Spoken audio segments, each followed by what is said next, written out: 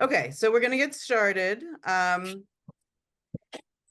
everyone. My name is Julie Boris. I am one of the founders of Health Rights Massachusetts. We are a non-profit grassroots organization working to protect the rights of Massachusetts citizens to make their own health decisions, not only for themselves, but for their families and without coercion.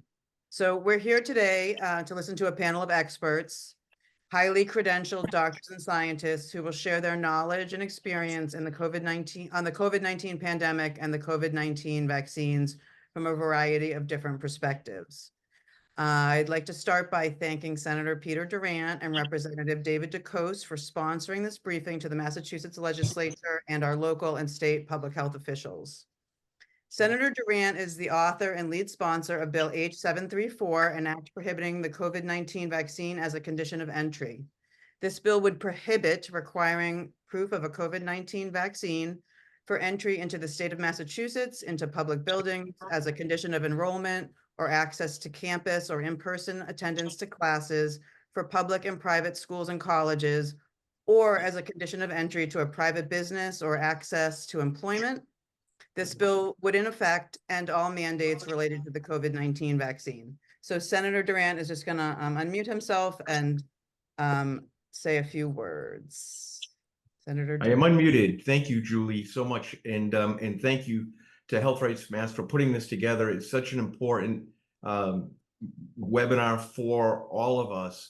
You know, I always think that, I always thought during the pandemic that we're going to find out so much more information after, and we're going to have all these after action kind of reports that come out. And so bringing them to light, hearing from the panelists is so important for us.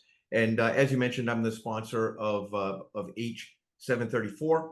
And it's an important and it's still a relevant bill today because we have situations in which people are being barred from students, especially from going to college and from participating in daily life. And so we want to make sure that doesn't happen. So I just want to thank you for the time, and I look forward to hearing from the panelists.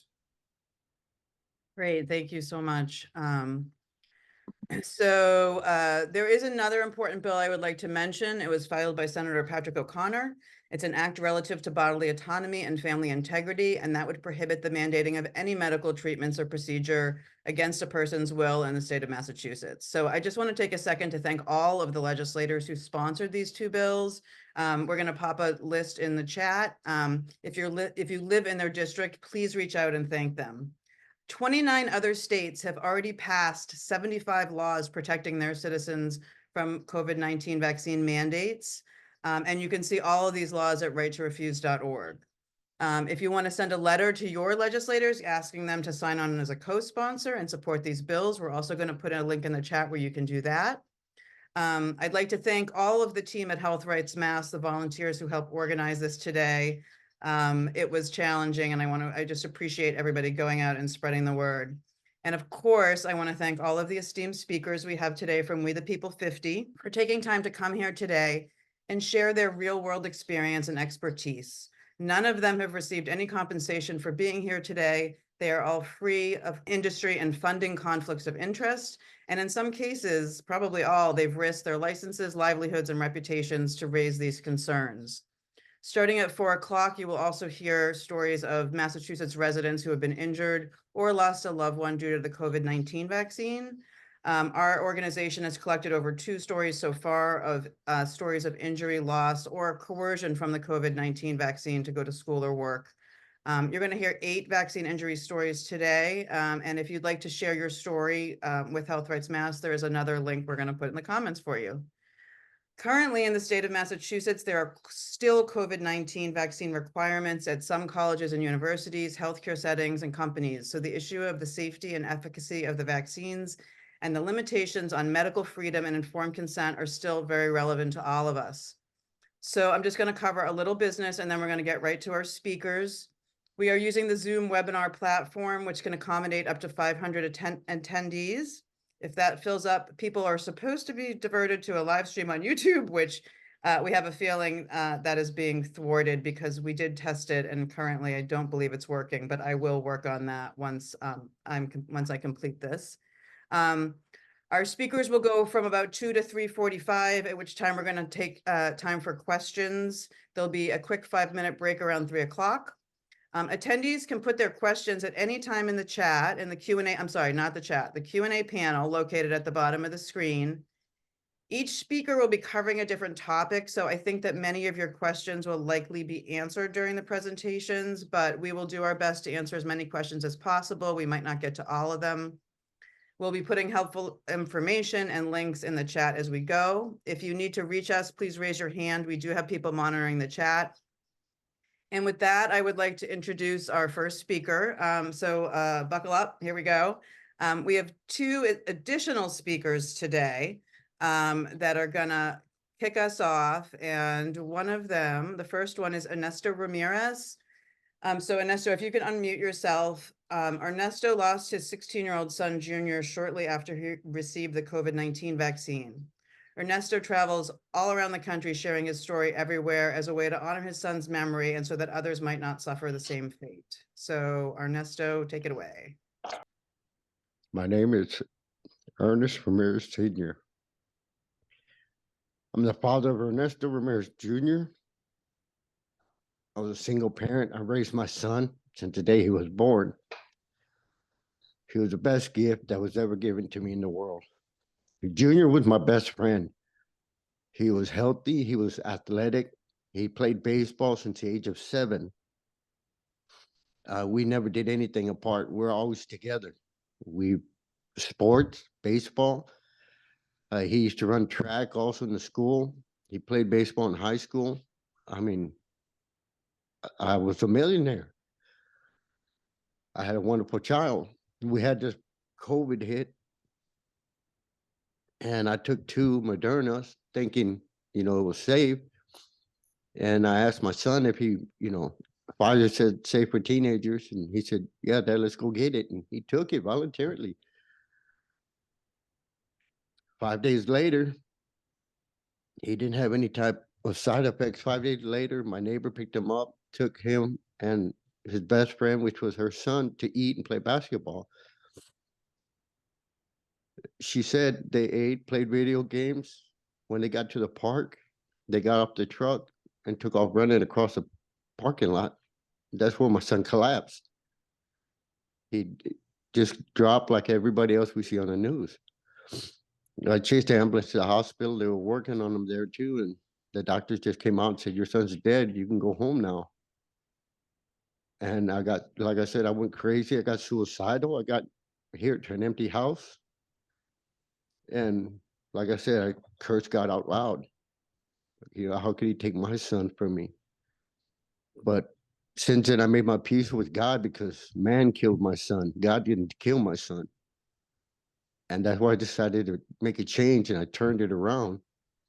And I started speaking out at different events here in Texas. And my next question was that was asked to me was what I would plan on doing next. And I said, I planned on going to DC. I need some answers. I thought it was just me and my son that were affected. Senator Ron Johnson contacted me when he heard about it. And he asked if he could meet me. I said, yes, of course. I just need some answers. Because I got there. We rode the motorcycles up to DC, and I got there. And that's where I ended up meeting Miss Brianne Dressen, co-founder of React 19, Dr. Joe Walskog, Little Maddie Gary, several others. And then I realized this wasn't just about me and my son. This is a whole community, a whole world of people. So that's when I decided to fight back even farther, seeing my vaccine-injured family now and see little Maddie DeGarry bound to that wheelchair. So I made it my job. I figured the good Lord needed me here in this position, so this is what I do now. I travel wherever I'm invited to go to speak out, to try to bring awareness. I also built a trailer with my son's information and my vaccine-injured family. Just few of them, I can't fit them all on that trailer. I mean, I've been bribed by FEMA. They've offered me up to $35,000 to change my son's death certificate so that it said COVID.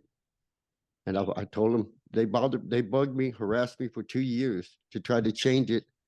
And I said I wouldn't disrespect my son in that way. I wouldn't falsify documents for financial gain. I've lost the most important thing in my life. Our government should know better than this. We get bad food or vegetables on the market, they pull them right away. If we have one sickness, one injury, one death, why are they still pushing this poison on our people? There's nothing they can do to bring back my son. They don't help my vaccine injured financially or medically. Who else is going to care? People up there in office don't care. I even asked the last time I was in DC, I said, I only have one question for people in DC.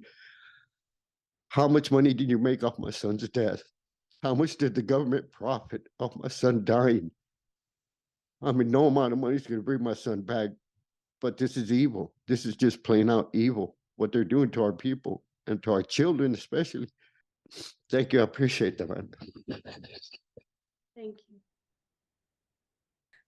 We are going to go next to Dr. Peter McCullough. Dr. Peter McCullough is an internist, cardiologist, and epidemiologist, holding degrees from Baylor University, University of Texas Southwestern Medical School, University of Michigan, and Southern Methodist University.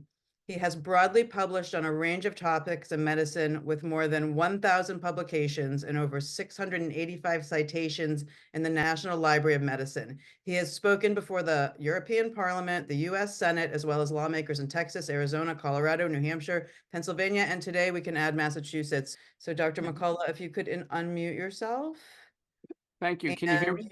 Yeah, you should be able Okay. to share your screen. Okay, You would great. like. Well, if you can hear me fine, I have a few comments.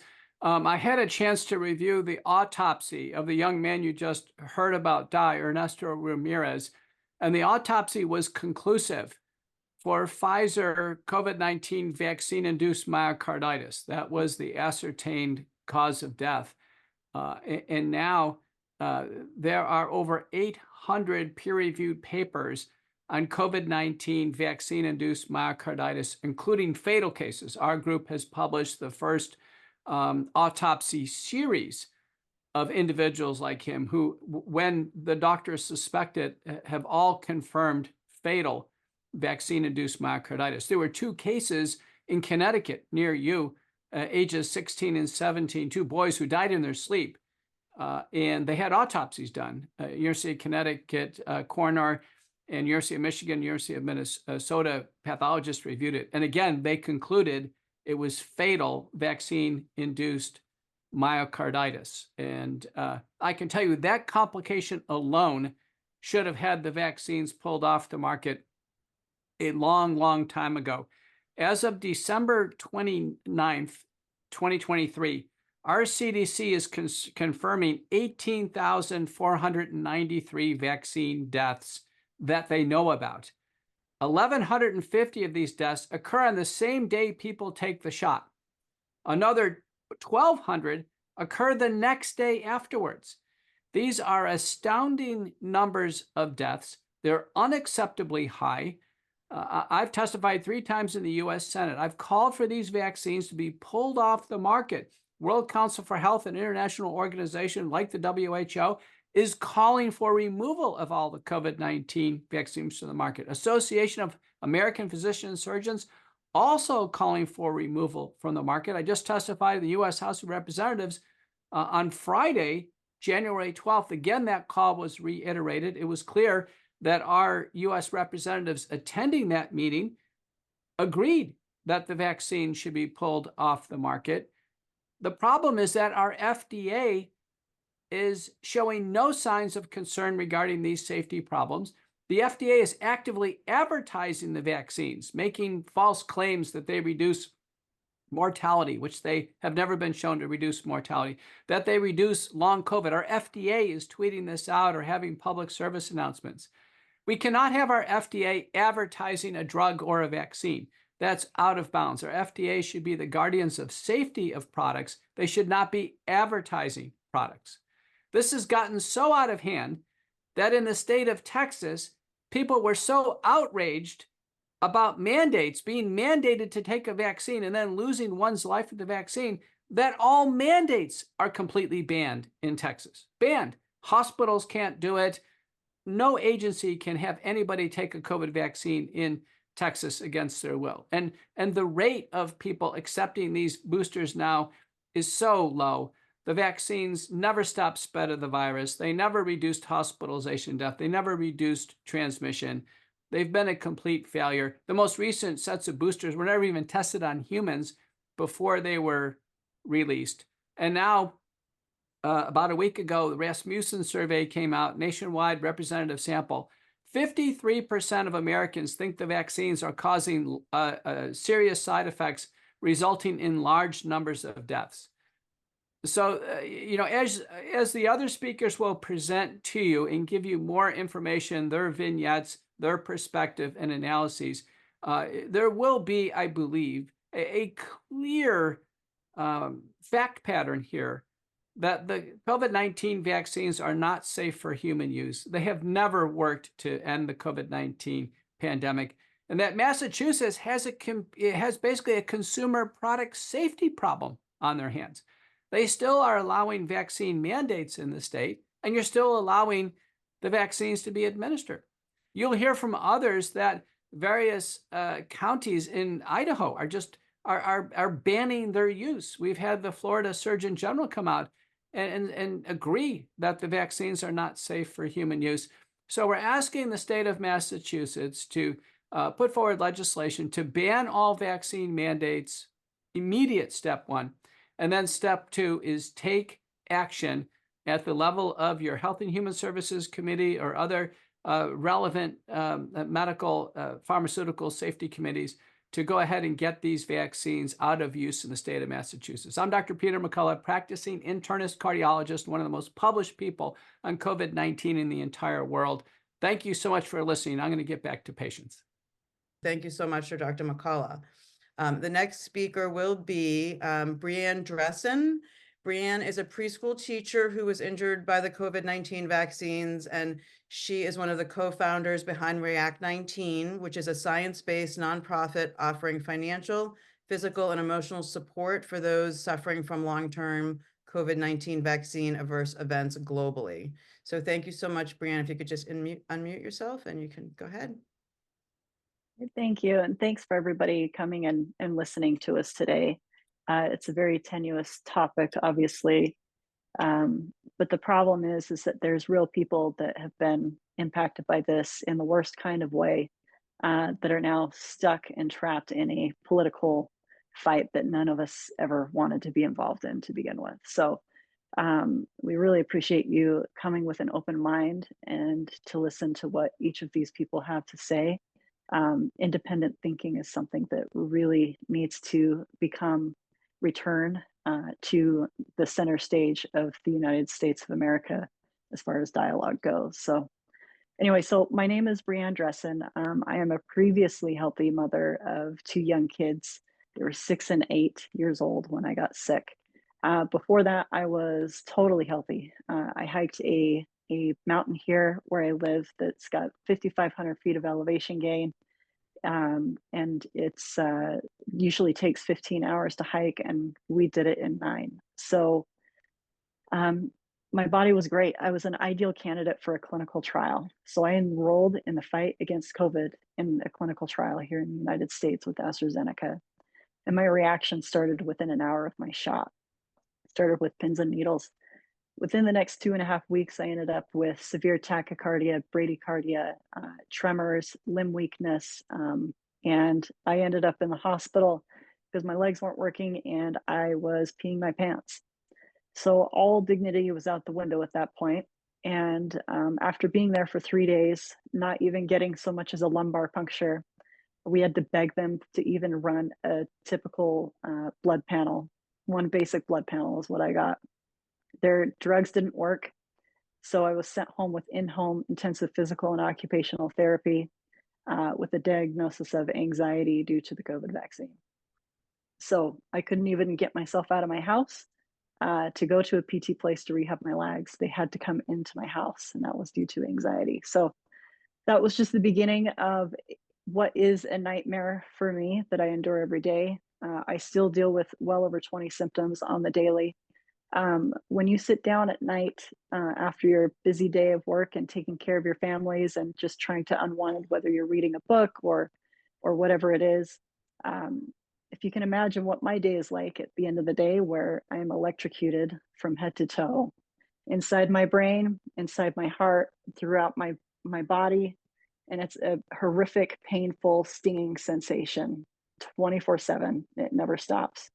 In addition, I have severe tinnitus, and that's a horrific screaming in my head 24/7 that never stops.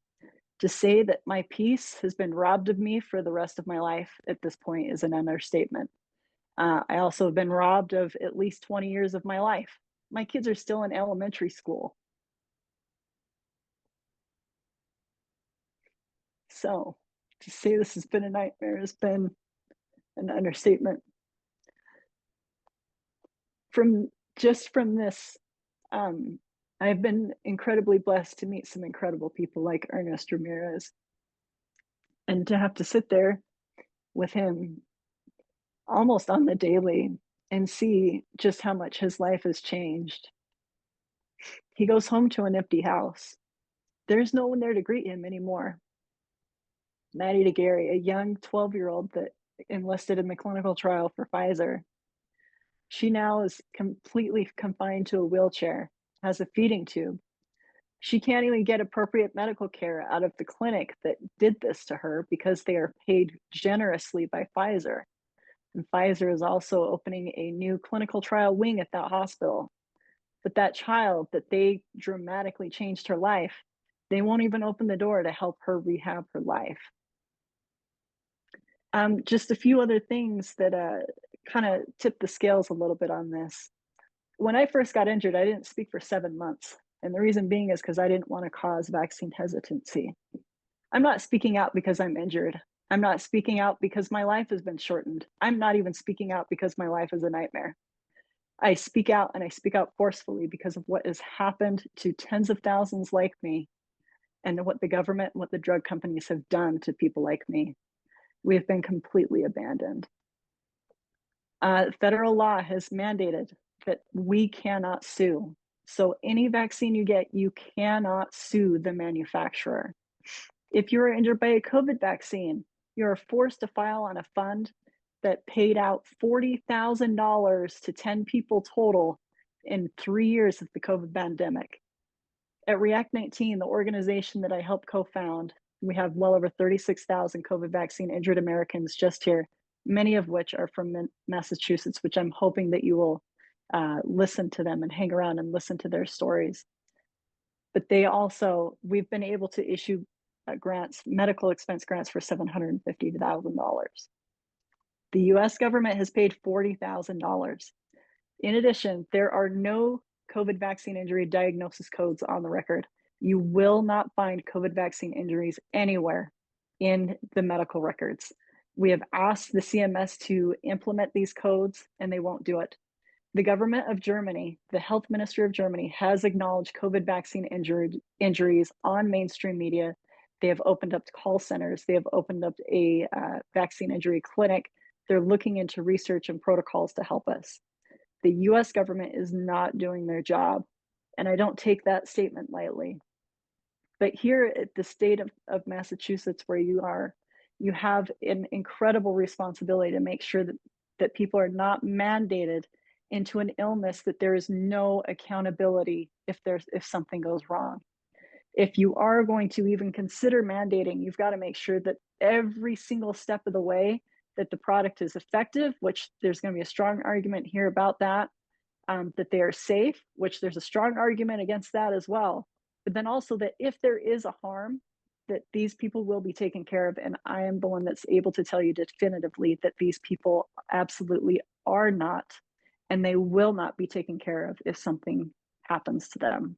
So for everybody that passes laws in the state of Massachusetts, I hope that you take that responsibility very seriously, because people like me and my kids and the families in Massachusetts, if there is a problem, those people absolutely deserve to get care, especially for something that's been mandated upon them.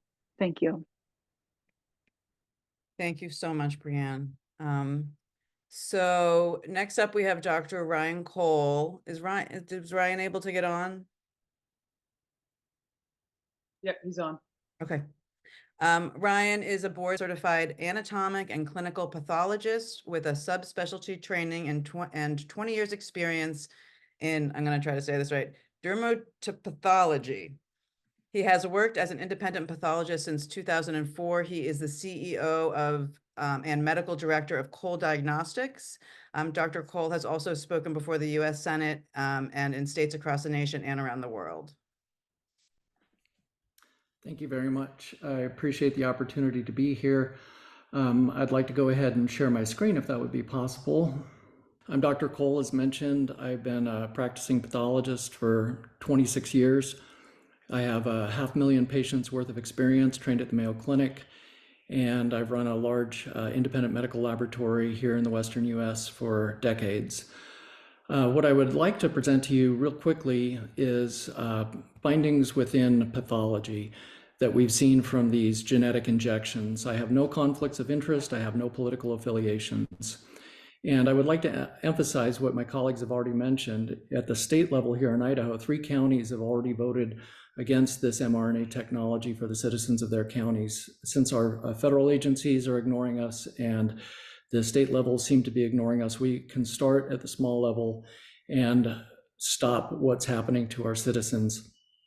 You know, this isn't a matter of science anymore. This is a matter of whether or not we care about humanity. This is a matter of if we care about those that you've heard from who have lost loved ones, those who are injured and living with, you know, long-term disease. This is really a tragic experience within our society. This is not political. This isn't blue or red. This isn't purple. This is not a political issue. This is a matter of the health of a nation and the world.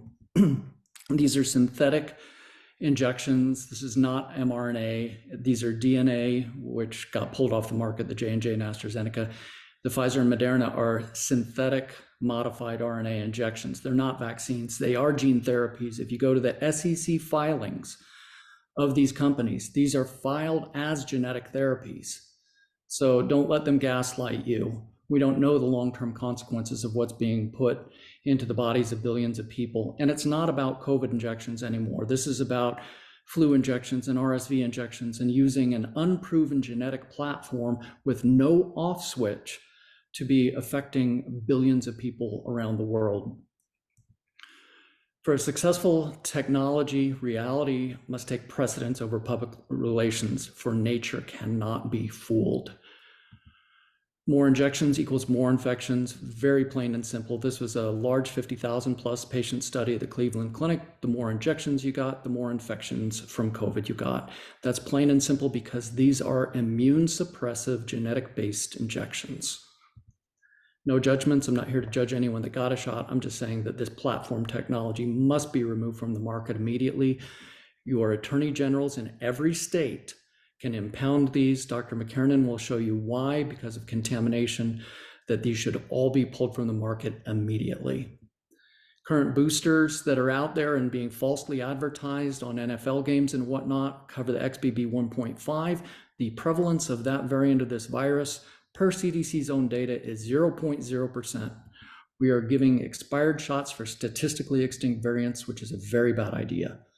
From day one, we would never have a vaccine against coronavirus because they always mutate ahead of our efforts. It's like playing whack-a-mole at the arcade games. You will never catch it. This platform injects a gene into your body, causes your cells to express a foreign protein. Human cells are meant to make human proteins, not viral or foreign proteins. Any cell in your body that makes this protein and expresses it on your surface is now a target of your own immune system to attack and destroy. The cells don't lie. I'm going to show you that. This needle goes into the arm. This is a muscle. This is the needle superimposed. These vessels get blown apart by that needle, separating them. These muscle cells, yes, they start to make spike protein, all these brown dots. This is from my colleague, late great Dr. Burkhardt in Germany. These brown dots are spike protein being expressed. However, you're going to see that this lipid nanoparticle was designed to go everywhere. Dr. McCullough, who's one of the experts in lipid nanoparticles in the world, has said for 40 years that lipid nanoparticles have failed because they go everywhere. You can't target them. So this platform and the lipid nanoparticles themselves are highly inflammatory. Here you can see these lipid nanoparticles highly concentrate In the ovaries, this was a study showing at 48 hours, the lipid nanoparticles after injection were going up. This was in a mouse model, going up in the bone marrow. The lipid nanoparticles were still concentrating in the ovaries and other organs of the body. Lipid nanoparticles are not meant for human nor veterinary use on their material safety data sheet, yet these went into billions of people. These clearly are not meant for human use on their own safety data sheets.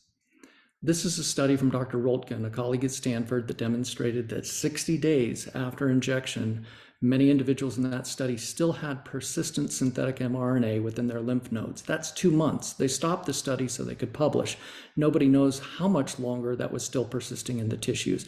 In addition, those mRNA particles were coating those cells 60 days later to continue making spike protein. Dr. Brogna in Europe demonstrated that the spike vaccine was still circulating in over half of patients 6 months after their previous injection. The spike is the toxic aspect of this virus, as well as from these vaccines. It is the toxin. The spike is a toxin. Let me show you. The spike is the Swiss Army knife of harm to the human body. You've heard about myocarditis. I'll show you some of that in a minute. But you also heard from Brianne Dressen and what she's experiencing. Neurologic damage from my colleague, Dr. Merz in Germany. All these brown dots, that spike protein in the vessels in the brain, that spike protein leaking out into the tissues of the brain. If you've heard of brain fog, both from COVID and post-vaccine, that's because the spike protein gets into the surrounding cells and causes inflammation, which causes neurologic damage. This is abundant spike protein in a deceased patient from Dr. Burkhart's series. 4 months after this patient's previous shot, they were expressing spike protein in the brain cells.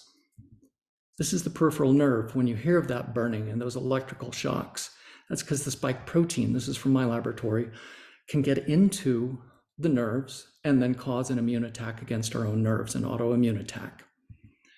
Organ damage, and I don't mean the church organ.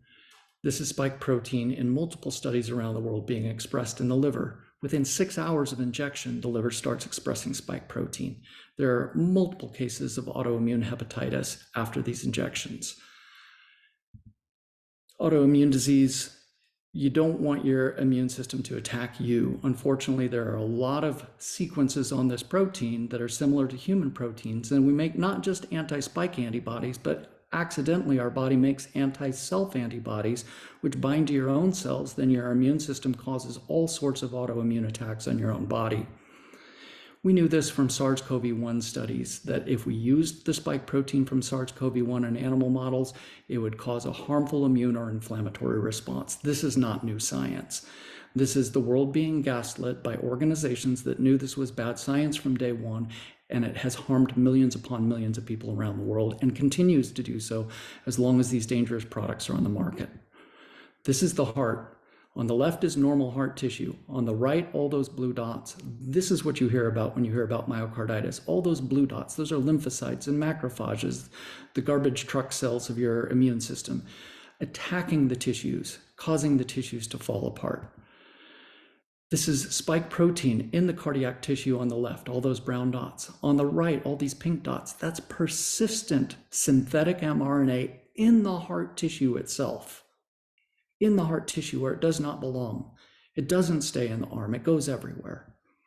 And this is end stage myocarditis, and you can see the tissues falling apart with all those little blue dots in the middle being inflammatory cells destroying tissues. If you're wondering why people are dying suddenly, this is why they're dying suddenly, one of the many reasons. Same thing here, all those blue dots don't belong in this heart tissue. And here you can see within the heart tissue, all those brown dots of spike protein in the heart tissue. That's because there's no off switch to the synthetic gene that continues to express spike protein for an indefinite period of time. This is the coronary artery. All those blue dots is a coronary artery being munched apart by inflammatory cells. This is spike protein within the wall of that coronary vessel. Again, from Dr. Burkhart's series. This is unusual. This pink material is a protein that doesn't get broken down by the human body. This is called amyloid. And Prior to the rollout of these injections, rarely in pathology would we see cases of amyloid depositing in the body. There are rare cases of what we call amyloidosis. This is amyloid depositing. Where? In the heart tissue, causing electrical conduction problems. This is amyloid within the vessels of the heart tissue. As Dr. McCullough mentioned, this is a study by Dr. Gill in which 2 young teenagers died after their recent injections. This was published in the Archives of Pathology. We knew early on that this was causing damage to the hearts of young people. Our government knew about this in May of 21. The White House knew about this in May of 21, and yet it was mandated on millions of Americans. This is heart tissue from Dr. Nakahara. Every single patient in this multi-hundred patient study that got the vaccine still had abnormal sugar uptake in the heart months after, 6 months after receiving their injection. Every non-vaccinated patient did not show this finding. Everybody who was vaccinated had this finding of abnormal metabolism in cardiac tissue. The spike protein also accumulates in your critically important hormonally functioning adrenal gland of the body, messing up your glucocorticoids, messing up your energy, messing up your sex hormones. This is the skin being blown apart. Your elastic fibers that hold you together are damaged by this spike protein. Reproductive alterations, this is spike protein, every brown dot being expressed in the placenta. This does not belong in the placenta. This does not belong anywhere in the human body. And this is post-vaccinal. This is the endometrium. You've heard of many women having bleeding problems after these injections. Every brown dot on the left is spike protein being expressed in the glands of the uterus. This is spike protein being expressed in the testes. This spike protein also causes other viruses to wake up. You've heard of many people getting sick over and over and over again. It's not just COVID. It's an immune suppression causing other viruses the opportunity to wake up. It alters our innate immune system. Dr. Fawcett in the Netherlands showed this early on. Everybody's heard about clots. Well, here's why. Primarily, that spike protein binds to the lining of your blood vessels. This little tube on the left, all those brown dots, that spike protein being expressed by the lining of the blood vessels. Here on the right, you see a normal little tube. Right of that, you see a tube being blown apart. That's what's happening to the blood vessels in many individuals. Large vessel destruction, this is an aorta. There are large case series now of people dying from aortic dissection. This is why. This is spike protein in the wall of the aorta, the largest vessel in your body that comes off your heart. And then once that spike protein, this foreign protein is there, it gets attacked by the immune system. And then that aorta can rupture, pop like a balloon, and the patient is dead within minutes. This is another coronary vessel after injection, again, causing inflammation, causing clotting. These are some of those long clots post-mortem. These are some of the clots pre-mortem in individuals that are lucky enough to be alive. It also blinds our immune system. We've weakened the immune system to only recognize that original Wuhan spike from these genetic injections. Now the body is weakened to recognize future variants. Immune tolerance. There are many studies on this now. Normally in your body, about 1.5% of your antibodies are IgG4. That's a good thing. It's a tolerance antibody. You hear about antibodies all the time. I say antibodies, schmantibodies. There are good ones, there are bad ones. IgG4 helps you tolerate allergens and things in your environment. You don't want to tolerate a pathogen, however. I'm a beekeeper on my farm. If I get stung, I don't want to hyperreact. So over time, protein exposure, I may get a reaction from a couple of stings I get a year, no big problem. That's because I have some IgG4 tolerating the bee venom. However, you don't want to tolerate pathogens because then your body is a sitting duck for all future coronavirus infections. Your body sees it as something it doesn't want to react to, and then that virus can take over your body very, very quickly. These are all things that should have been studied before these ever went into one human being, and unfortunately, it's gone into billions. I'm going to skip forward a little bit. This is an unfortunate case of a young teenage girl in Japan. There's Dr. Nishida et al. In this study. Here you can see on the left in her heart, all the blue dots, in her lung, in her liver, in her kidney. This was after her third Pfizer shot. In her diaphragm, in her stomach, in her duodenum, in her bladder. Every organ in her body after that shot was attacked by her own immune system, and this unfortunate little girl passed. That's because this gene has no off switch in many individuals. We don't know who does, who doesn't. And unfortunately, this is what happens. It won't just happen with COVID. It will happen with other injections because human cells are meant to make human proteins. Unfortunately, we're seeing an uptick in cancers in all sorts of databases around the world. We need other databases opened up. There are a lot of mechanisms that people have heard about turbo cancer. You can't find what you don't look for. Our agencies won't open up the databases. I know John Beaudoin is going to emphasize some of the data from Massachusetts' own databases, and you will see what's happening. One of the leading oncologists in the UK has called for a halt of these shots because he started seeing an increase of cancer after the rollout of these shots in his patient population. That's Dr. Anglish Daglish. The spike protein binds to tumor suppressor family genes as well as the breast cancer and the ovarian cancer family of genes. That P53 guards our genes, and when it dysregulates, cancer can take off. This is a gastric cancer from Dr. Burkhart's series. This is spike protein in every cancer cell. This is a pancreatic cancer from a series in my lab. That's spike protein in every cancer cell in that pancreas. This is a patient on the left. He already had an aggressive lymphoma. 3 weeks after his booster, you can see the increased burden of tumor he had because of immune suppression, and that cancer took off like wildfire. Here you can see cancer trends, and I'm just going to show a couple of graphs. You can see the line going up, up, up.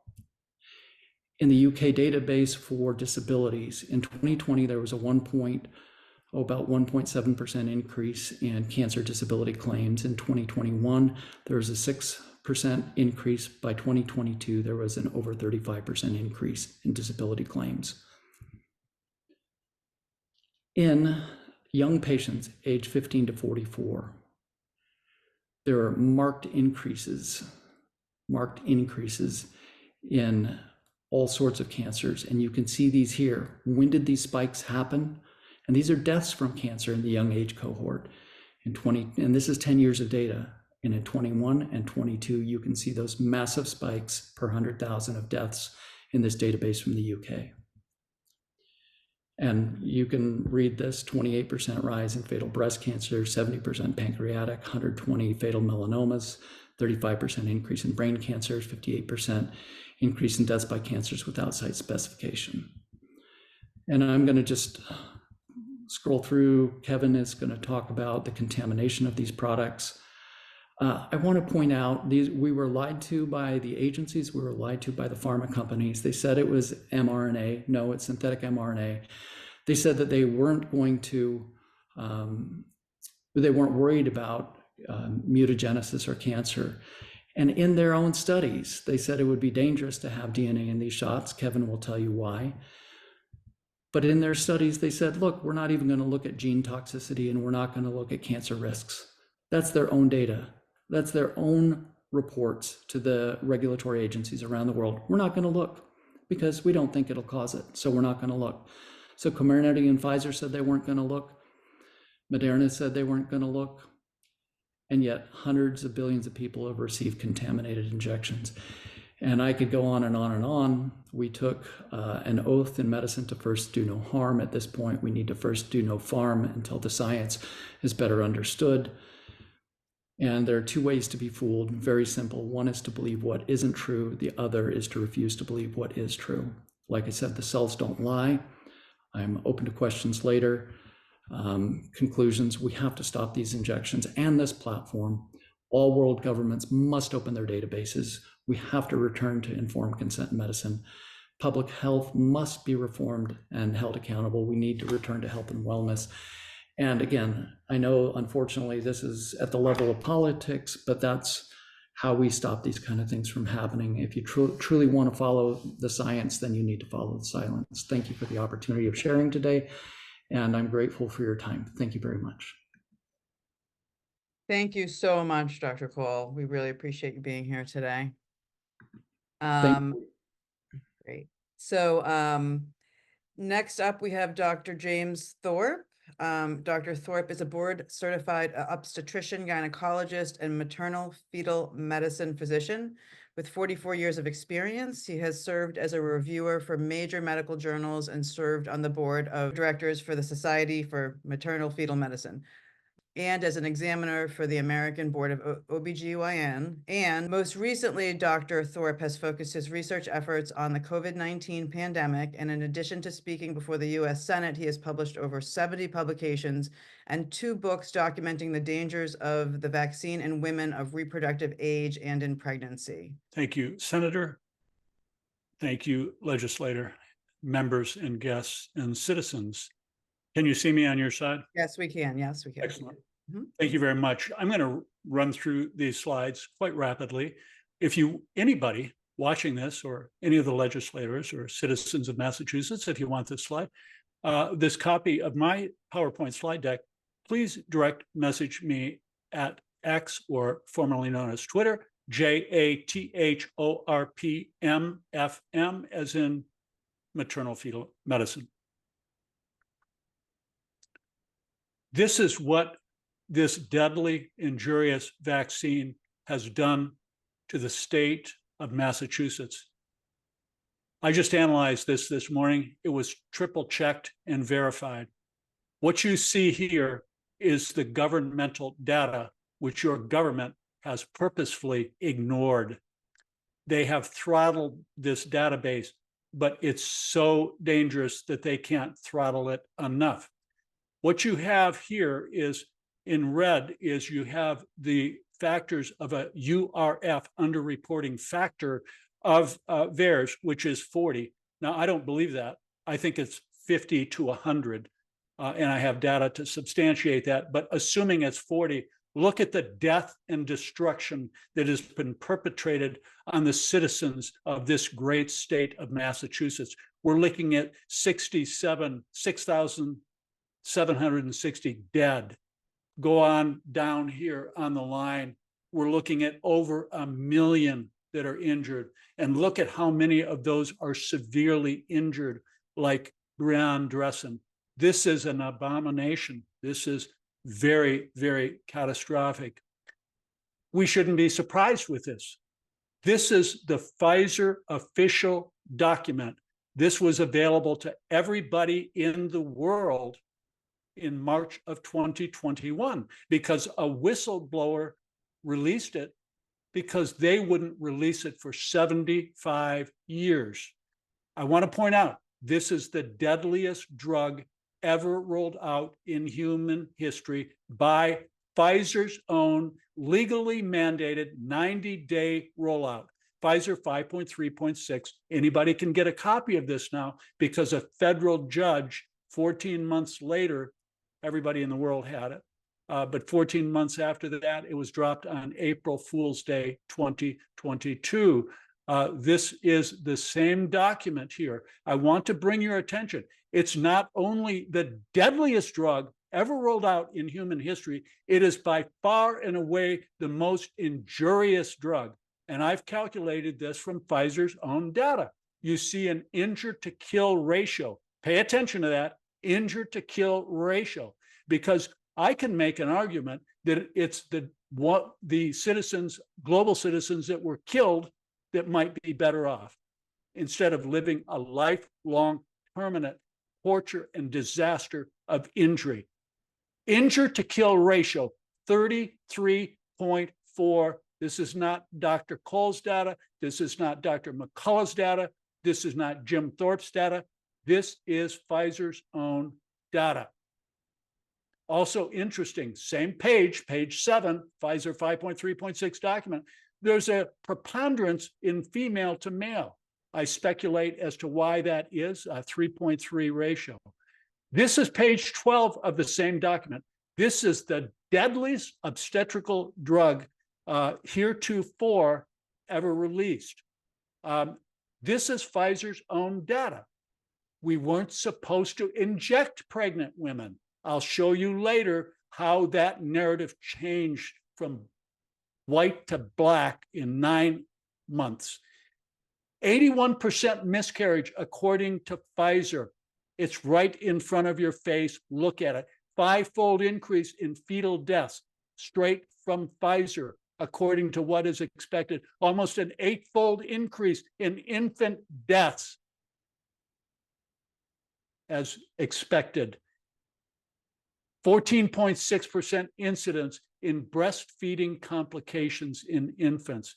This is a disaster. They tried to hide this for 75 years. This is a study that was published a year ago. I was honored to co-author this, and you see many astute authors on there. Second author, Claire Rogers. You also see many others, and including Dr. McCullough. Now, what we did was, this is governmental data. We took the governmental data and we analyzed it exactly the way the government outlines to analyze it. And it's a bias in the favor of always favoring a novel vaccine, because they want us to compare a novel vaccine with a safe vaccine. Really, that biases the results in favor of the novel vaccine. So we did just that. We compared COVID-19 vaccines to influenza vaccines, about 18 different adverse events, one of them non-obstetric. There was a 1,200-fold increase in abnormal menses in the COVID-19 vaccine compared to the influenza vaccine. If that's not bad enough, if you were lucky enough to get pregnant, there was a 57-fold increase in miscarriage, COVID-19 versus influenza vaccine, a 38-fold increase in fetal death. There were increases in 15 other severe adverse events of pregnancy that I do not have the time to go into.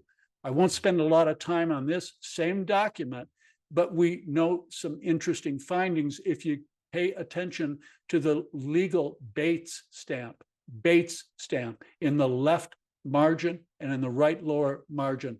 And I gleaned a lot of information in studying these. I don't have time to dwell on it. This is the final 8 pages of this same document, 1,289 adverse events of interest. Can you imagine that? There's links here where you can print them all out in alphabetical order. This is an internal document. I don't have time. I could spend an hour on this, but I don't have time. In essence, when the federal government, this is an internal document, came to give the emergency use authorization on November of 2020, 2021, excuse me, they cited the phase 2, phase 3 randomized controlled prospective trial. It was none of the above. It was not randomized. It was fraudulently manipulated. Just look at the British Medical Journal, one of the few journals that has a thread of ethics left in the world today. They featured Brooke Jackson, who was a whistleblower for Ventavia, outsourced from Pfizer. She was fired because she was practicing GPC, mandated GPC, good clinical practices, by the FDA, and every single item in the good clinical practices was violated. If that's not bad enough, just 3 months ago, Mitchells and colleagues are publishing a report entitled A Forensic Analysis. They go detailed through some potentially criminal manipulations of this data. They found a 3.7-fold increase in cardiovascular abnormalities. No surprise there. It's important to look at the historical perspective of these 3 events that I've outlined on this slide. The first event, World War II, the terminal part of World War II. We look at Oppenheimer and what he did in New Mexico, creation of the atomic weapon. It was deployed in Nagasaki and Hiroshima in August, about 3 days apart, both cities. We see that there were 94,000 injured. There were 105,000 killed. The injured to kill ratio, 0.9. You look at the middle column, heretofore the deadliest drug ever released in medicine before this more lethal one. It was thalidomide. And you look at the experts that have reviewed this, there were 20,000 injuries and 80,000 deaths for an injure to kill ratio of 0.25. Now, fast forward to 2021, fast forward to Pfizer, Borla, Moderna, Bansal. They've killed 17 million global citizens. They've killed 17 million global citizens. Now, some experts, like that's from Dr. René Dancora, a world expert with his team, and there are many other experts around the world that would agree with that. I am one of them. I've reviewed this very carefully. Some might decrease that risk a little bit. Some might increase it. But how do we get the amount injured? Easily. We take the injure to kill ratio of Pfizer. It turns out the Brianne Dressens, the Cody Hudsons, all those other severe injured people, 567 million global citizens have been injured for a total of 585 million global citizens killed and injured. Don't have time to review this slide, but I've done all the research. Thalidomide, we know it is 100% lethal or injurious if administered during the pregnancy at the right time. This is a chart of events that I've alluded to earlier, portraying the injure to kill ratios. Look at them: the atomic bomb, Normandy invasion, Vietnam War, Iraq War, Ukrainian War, thalidomide. They all pale into comparison with the injure to kill ratio. And it's not because this vaccine didn't kill enough people. It's because of the unprecedented injury rate. I wish I had 2 hours to explain this slide. This was put together by attorney Maggie Thorpe, J.D., MACP, and myself. We've spent hundreds and hundreds of hours reviewing this timeline. This timeline stretches literally 9 months, December 2020 to September 2021, 9 months, where the recommendations for pregnancy went to don't ever use, we will not force it, to forcing 60,000 OBGYN doctors in North and South America to perpetrate and push this vaccine or become utterly destroyed professionally. Yeah, I want to point out the New England Journal of Medicine has been complicit. They are a fraudulent organization. They are printing fraudulent materials that have contributed to killing and injuring 585 million global citizens. Shimabukuro here, huge conflict of interest, lead author on the paper of the New England Journal of Medicine in June of 2021, pushing this in pregnancy as safe, effective, and necessary. And every single one of these authors were employed by the federal government. And Shimabukuro sat on the Vaccine Safety Committee for the CDC. This is an abomination. Here's the audio tape here. Take some anti-nauseant before you listen to this. I want to wrap this up here with a series of, I'll only cite 3 of them, but these are intense medical legal briefs that were published on the America Out Loud platform. Lead author, again, Maggie Thorpe, J.D., MACP, and I was the physician co-author on this. This is Maggie Thorpe's Freedom of Information request. I assisted her with this. This took a long time. We knew that the American College of Obstetricians and Gynecologists were captured. We knew that all of their constituents, 60,000 OBGYNs, were captured. And how did they do this? Well, we have 1,400 pages of communications between HHS, CDC, and the American College of Obstetricians and Gynecologists. We struck gold, 1,400 pages, over 50% redacted, and utterly, they signed an agreement, which is, you call it a quid pro quo or call it an agreement where they would not deviate from the lethal narrative of HHS CDC. If they did, they would be penalized and have to pay every penny back. This was published last May, and I've been stating this, that the American College of Obstetricians and Gynecologists, ACOG, and their two sister organizations, the American Board of Obstetrics and Gynecology and the Society for Maternal Fetal Medicine, are all captured.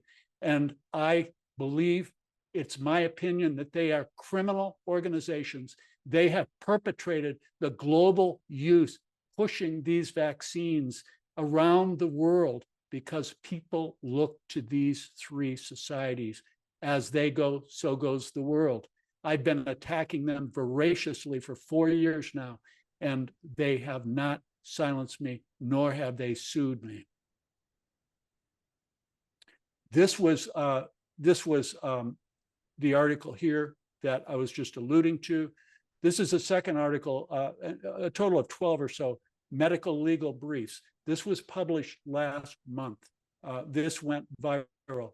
This details the $180 billion which was used to capture all of the hospitals, systems, and health systems, healthcare providers in the United States of America, nearly all of them, $180 billion. And they likely all signed the quid pro quo, or the practice agreement, in which they too were not allowed to deviate from this lethal narrative. We did spend some time focusing on Houston Methodist, who I would say announced or maybe bragged that they would set the precedent in the country. They were given over $1/3 of $1 billion in all their multiple systems. And you all know the famous Mary Talley Bowden, who was fired because she refused to take the vaccine. Then we also focused on one of the largest Catholic healthcare systems, Sisters of St. Mary's Health out of St. Louis. They took $307 million and were fastly followed in the steps of Houston Methodist. I was honored to work with them, and I really liked them for 5 years. I was their #1 reader for high-risk obstetrics. I was hailed as their systems model physician. I was fired this past summer, not because they wanted to fire me, but because they had to fire me. Otherwise, they'd have to pay this money back. This is the most egregious article that we just published less than a week ago. This has gone viral.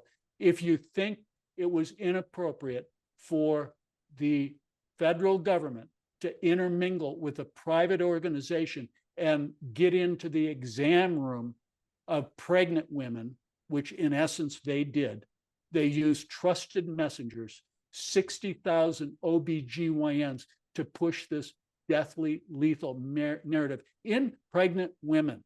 And why did they capture? Because this is a sacred relationship.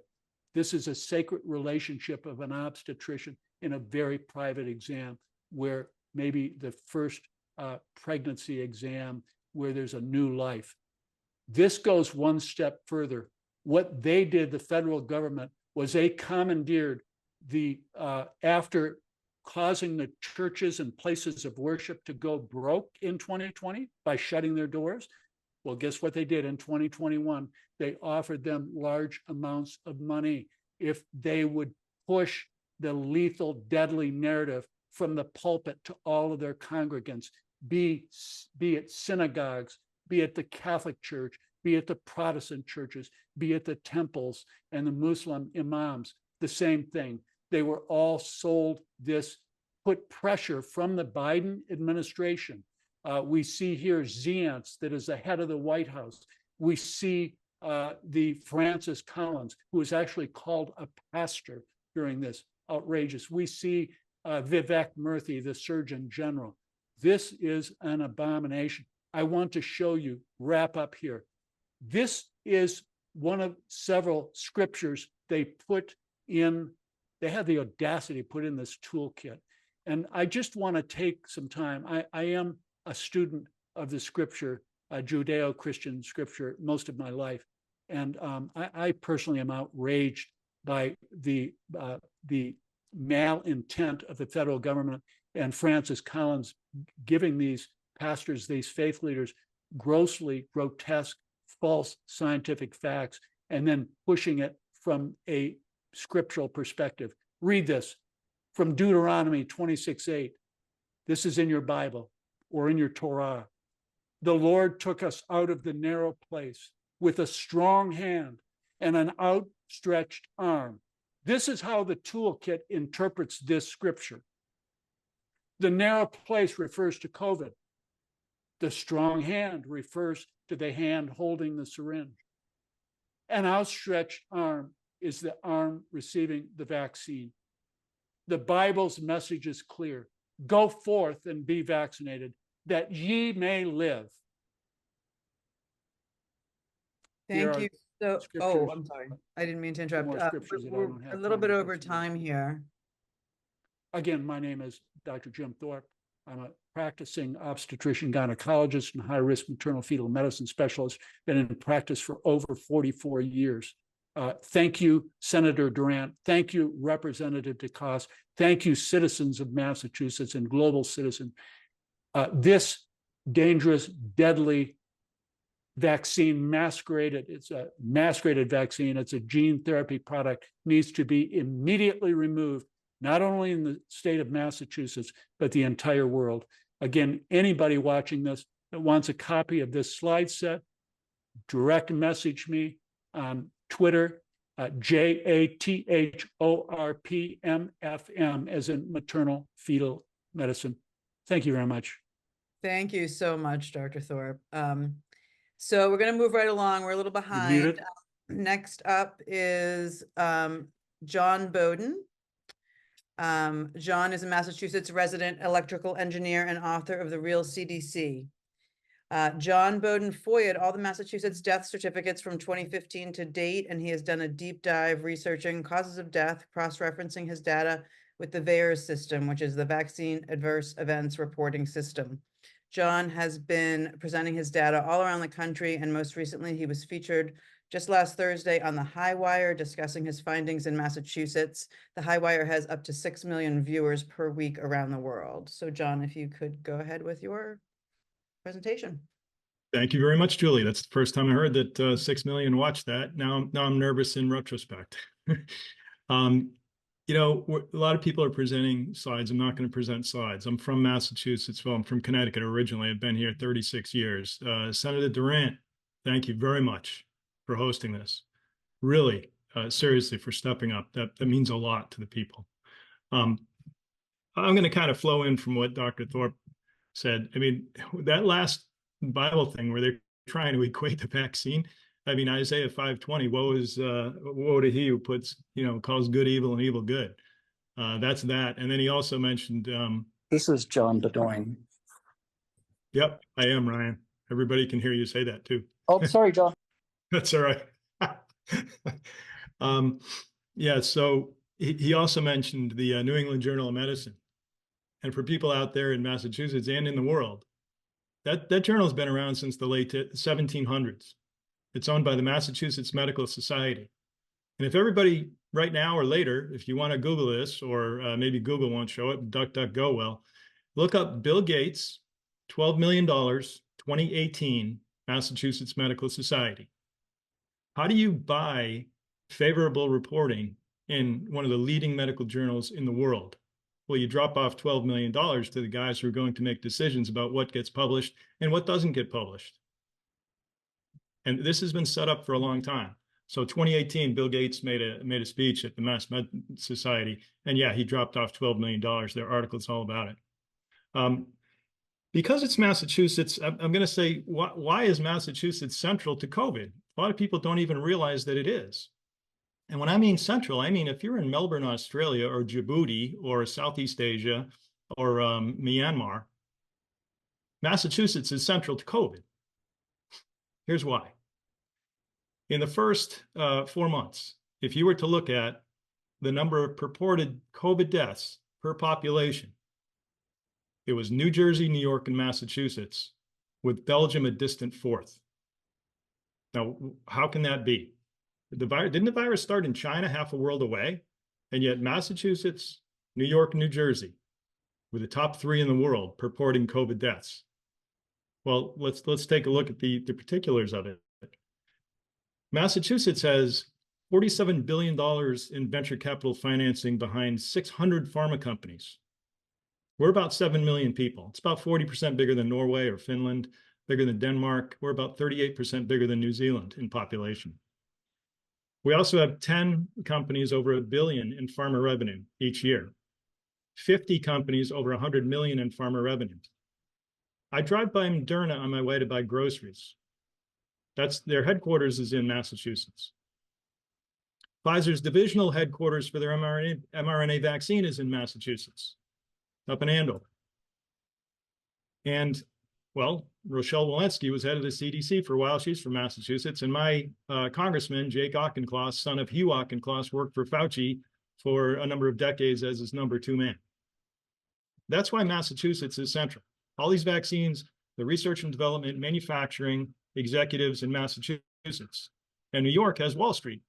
You got your BlackRock and all the holders of the stocks from all the pharma companies and more executives. And they live also in northern New Jersey. So when people looked at how USA was faring, if you were in Europe, you looked at USA as a nation instead of 50 sovereigns as a republic, you say, wow, USA, they have a lot of COVID deaths. It was driven by Massachusetts, New York, and New Jersey in the first several months of the vaccine. Belgium a distant fourth. Massachusetts was more than 50% the purported deaths of Belgium. We ran away from the world. So how could that possibly be? Well, if you look at the fraud that happened in Massachusetts, and I'm going to name names, that's how it happened. So we had about at least 4,000 vaccine deaths in Massachusetts alone. Say, well, how can you say that? I have all the data. Not only did I look at what people were dying from, when they were dying, and what ages they were, I went down into the individual records to look at examples of those specific causes of death. I looked at their names, where they were from, and then I correlated it to VAERS reports to find out when they were vaccinated. I'll just run through a couple of different causes so you know. 3,000 excess cardiac arrest deaths in 21 and 22, more than normal in just Massachusetts. 2,000 acute renal failure deaths. Some people believe it was remdesivir. Some people believe baricitinib. Some people believe the vaccine was causal, or it's a combination of them. Well, what the important thing to note is not that we don't know what it is. The important thing to note is that that translates to 100,000 Americans across the United States. It's 2,000 in Massachusetts alone. I also have Minnesota. That's 1,600 acute renal failure deaths in Minnesota and 100,000 across the country. You'd think a public health department in any state or the CDC might want to investigate probably the worst thing that's ever happened to Americans since the Spanish flu. Although they say COVID is the worst, but now I know, and hopefully you will know, that most of it is fraud. It's a real disease. It killed some people, kind of like, a bad flu. But 90% of the purported COVID deaths were fraud. 500 pulmonary embolism deaths, excess in Massachusetts alone. Clots in your lungs. 400 cardiac arrhythmia. People not waking up or dropping on sports fields. I can go into the names of a 15-year-old Beaudoin basketball court. I can talk about somebody dying in their sleep because Bose Corporation told him he had to get a vaccine. He didn't last 24 hours. You know what they wrote in his death certificate? COVID. It's lies. Turbo cancers, lymph node cancer in Massachusetts in 2023 is more than 400% of normal. In 2022, it was 258% of normal. And it's still going up. So let me talk about an individual so that you know I'm serious when I say I have the names. Cassidy was 7 years old. She died on January 18, 2022. I looked in VAERS. I found a report of a 7-year-old from Massachusetts. I also looked in the death certificates in Massachusetts. I had every 7-year-old who died in 2022 in that time frame. Only one fits, and it was Cassidy. And the VAERS report states, in her first vaccine, She started vomiting in 5 minutes after the vaccine and for 8 to 10 hours. And then it talks about the second vaccine. So they waited a couple of weeks, injected her again. Terrible stomach pain, 103-degree fever, didn't have a bowel movement for 3 days. The report ends because the report was entered on January 15. And VAERS has this weird thing where you can't update a report. So when somebody is input and then somebody wants to go update the report and add the fact that they died, they don't let them do it. So there's the death certificate of Cassidy, which says January 18. I believe it's the same girl. I have a lawsuit against the public health commissioner, the governor, the chief medical examiner, and 4 individual medical examiners in Massachusetts for massive amounts of fraud on public records being death certificates. I have no private right of action to prosecute criminally, or that's what I would do. We as citizens can't do that. That's a monopoly of the government. And which is why I'm looking to impanel grand juries somewhere in the United States. And I hope to get Massachusetts legislators,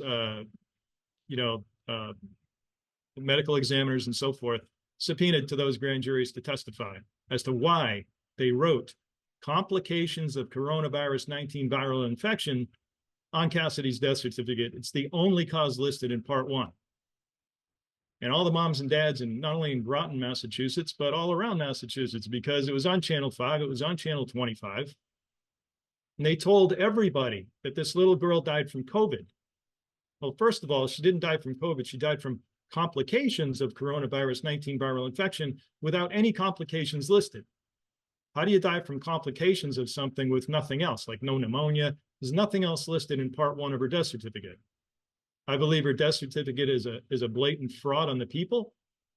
And those who went out and got their kids vaccinated thinking that a child died from COVID, who really died in reacting to a vaccine in 5 minutes, that's extremely criminal behavior. The CDC is also complicit in covering up many of these. And it's not just a one-off. Brianna McCarthy was 30 years old.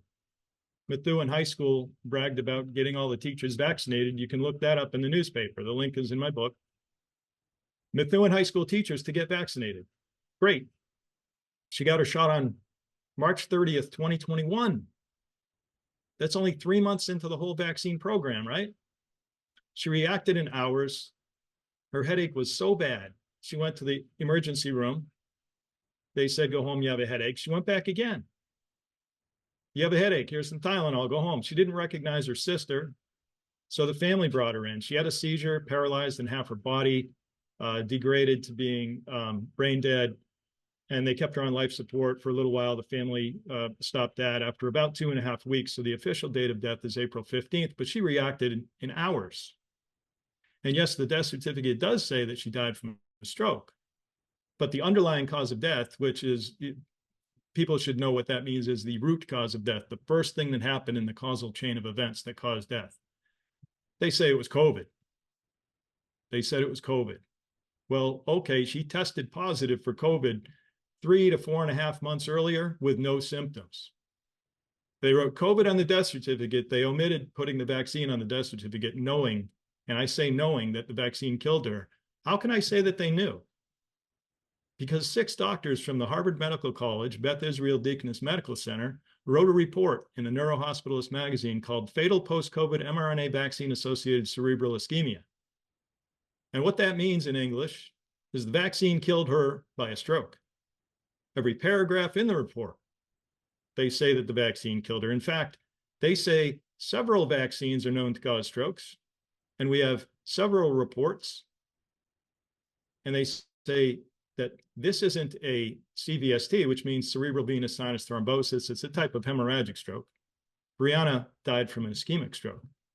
But they do say in that report, CVSTs are known to occur from these vaccines, and not just the J&J, like the CDC is lying to you to say that it's only one. It's all of them. Brianna had the Moderna. And so they say CVSTs are common from the vaccine where thrombocytopenia is frequent. 2 weeks before Brianna got injected, Diane Dubois died, 62 years old, in Massachusetts, acute intracranial hemorrhage in the setting of thrombocytopenia. the thing that the report said was frequent. And the CVST, 5 weeks after Brianna died, Eden McDonald was injected, 17 years old. This is another correlated VAERS report to a death certificate. The death certificate said she had massive intracranial hemorrhages, and the VAERS report said, the death certificate says the CVST, cerebral venous sinus thrombosis.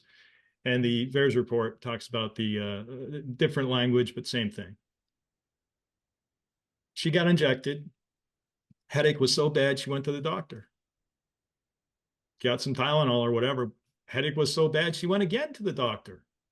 And then it says the headache resolved so she could get her second shot. And then she died from a hemorrhagic stroke, CVST, 20 miles away from Brianna in the same state weeks later. That's 3 women in 3 months in one state, and they were all covered up by the state of Massachusetts medical examiners. Stephen Schwartz is the medical examiner who wrote Cassidy Baraka's death certificate. Excuse me. He wrote Brianna McCarthy's death certificate. Michelle Matthews, who is a defendant in my lawsuit against Massachusetts, is the medical examiner who wrote Cassidy Baraka's death certificate. In fact, she's the only one who uses the phraseology, complications of coronavirus 19 viral infection, and she used it a lot without any other causes of death listed. Not only are they not doing their jobs, but they're deflecting the real causes of death from what's killing people to what they want you to think is killing people. Thank you, John. I hate to interrupt you because this is all like incredibly interesting and I want you to go on forever, but we are over time. So if you have any last word. No, thank you very much. Thanks for having me. Thank you so much for coming, and I'm so sorry to interrupt. We have a lot of speakers and we are running behind schedule. So if everybody could really try to keep their talk to 10 minutes, I am sending in the chat when you have 2 minutes and then 1 minute and then it's time, but I know it's hard to see that. So there's not really a good way other than to interrupt. And so I apologize. I'm going to interrupt everybody else too. Next up, we have Kevin McKernan. Okay, Kevin is a leader in DNA sequencing technology. He has led a research team that was part of the original Human Genome Project at MIT and is the founder and chief science officer of Medical Genomics, a life sciences company that distributes genetics-based platforms for quality and safety testing of legal cannabis in Massachusetts. Kevin tested the contents of the COVID-19 vaccines and found both DNA plasmid and SV40, a known cancer promoter. These results have been replicated by a number of other researchers. He has a BS in biology from Emory University with a focus on cloning and expressing neuroepinephrine transponders. Thank you for that brief introduction. Yes, I've done a lot, 30 years of genomics experience here in the state of Massachusetts, have started several companies that have employed hundreds of people and over 60,000 citations to my name in the work that I've published. I don't have any conflicts. I don't work in the COVID space, so I am neutral on this topic. This all started with a publication last April when we began to find these DNA fragments inside the vaccines. Now, how do they get there? It's important to read this BMJ article from Retsis Levy and Josh Gutzko. This demonstrated that the trial actually was performed on shots that are different than the shots that went public. So at least for Pfizer, we can't say this about Moderna, but for the Pfizer trial, you were given, or the trial was run on PCR-generated DNA, which is much cleaner DNA. PCR-generated DNA is amplified almost 1 million-fold from background, so the contaminants that are there are 1 million-fold lower.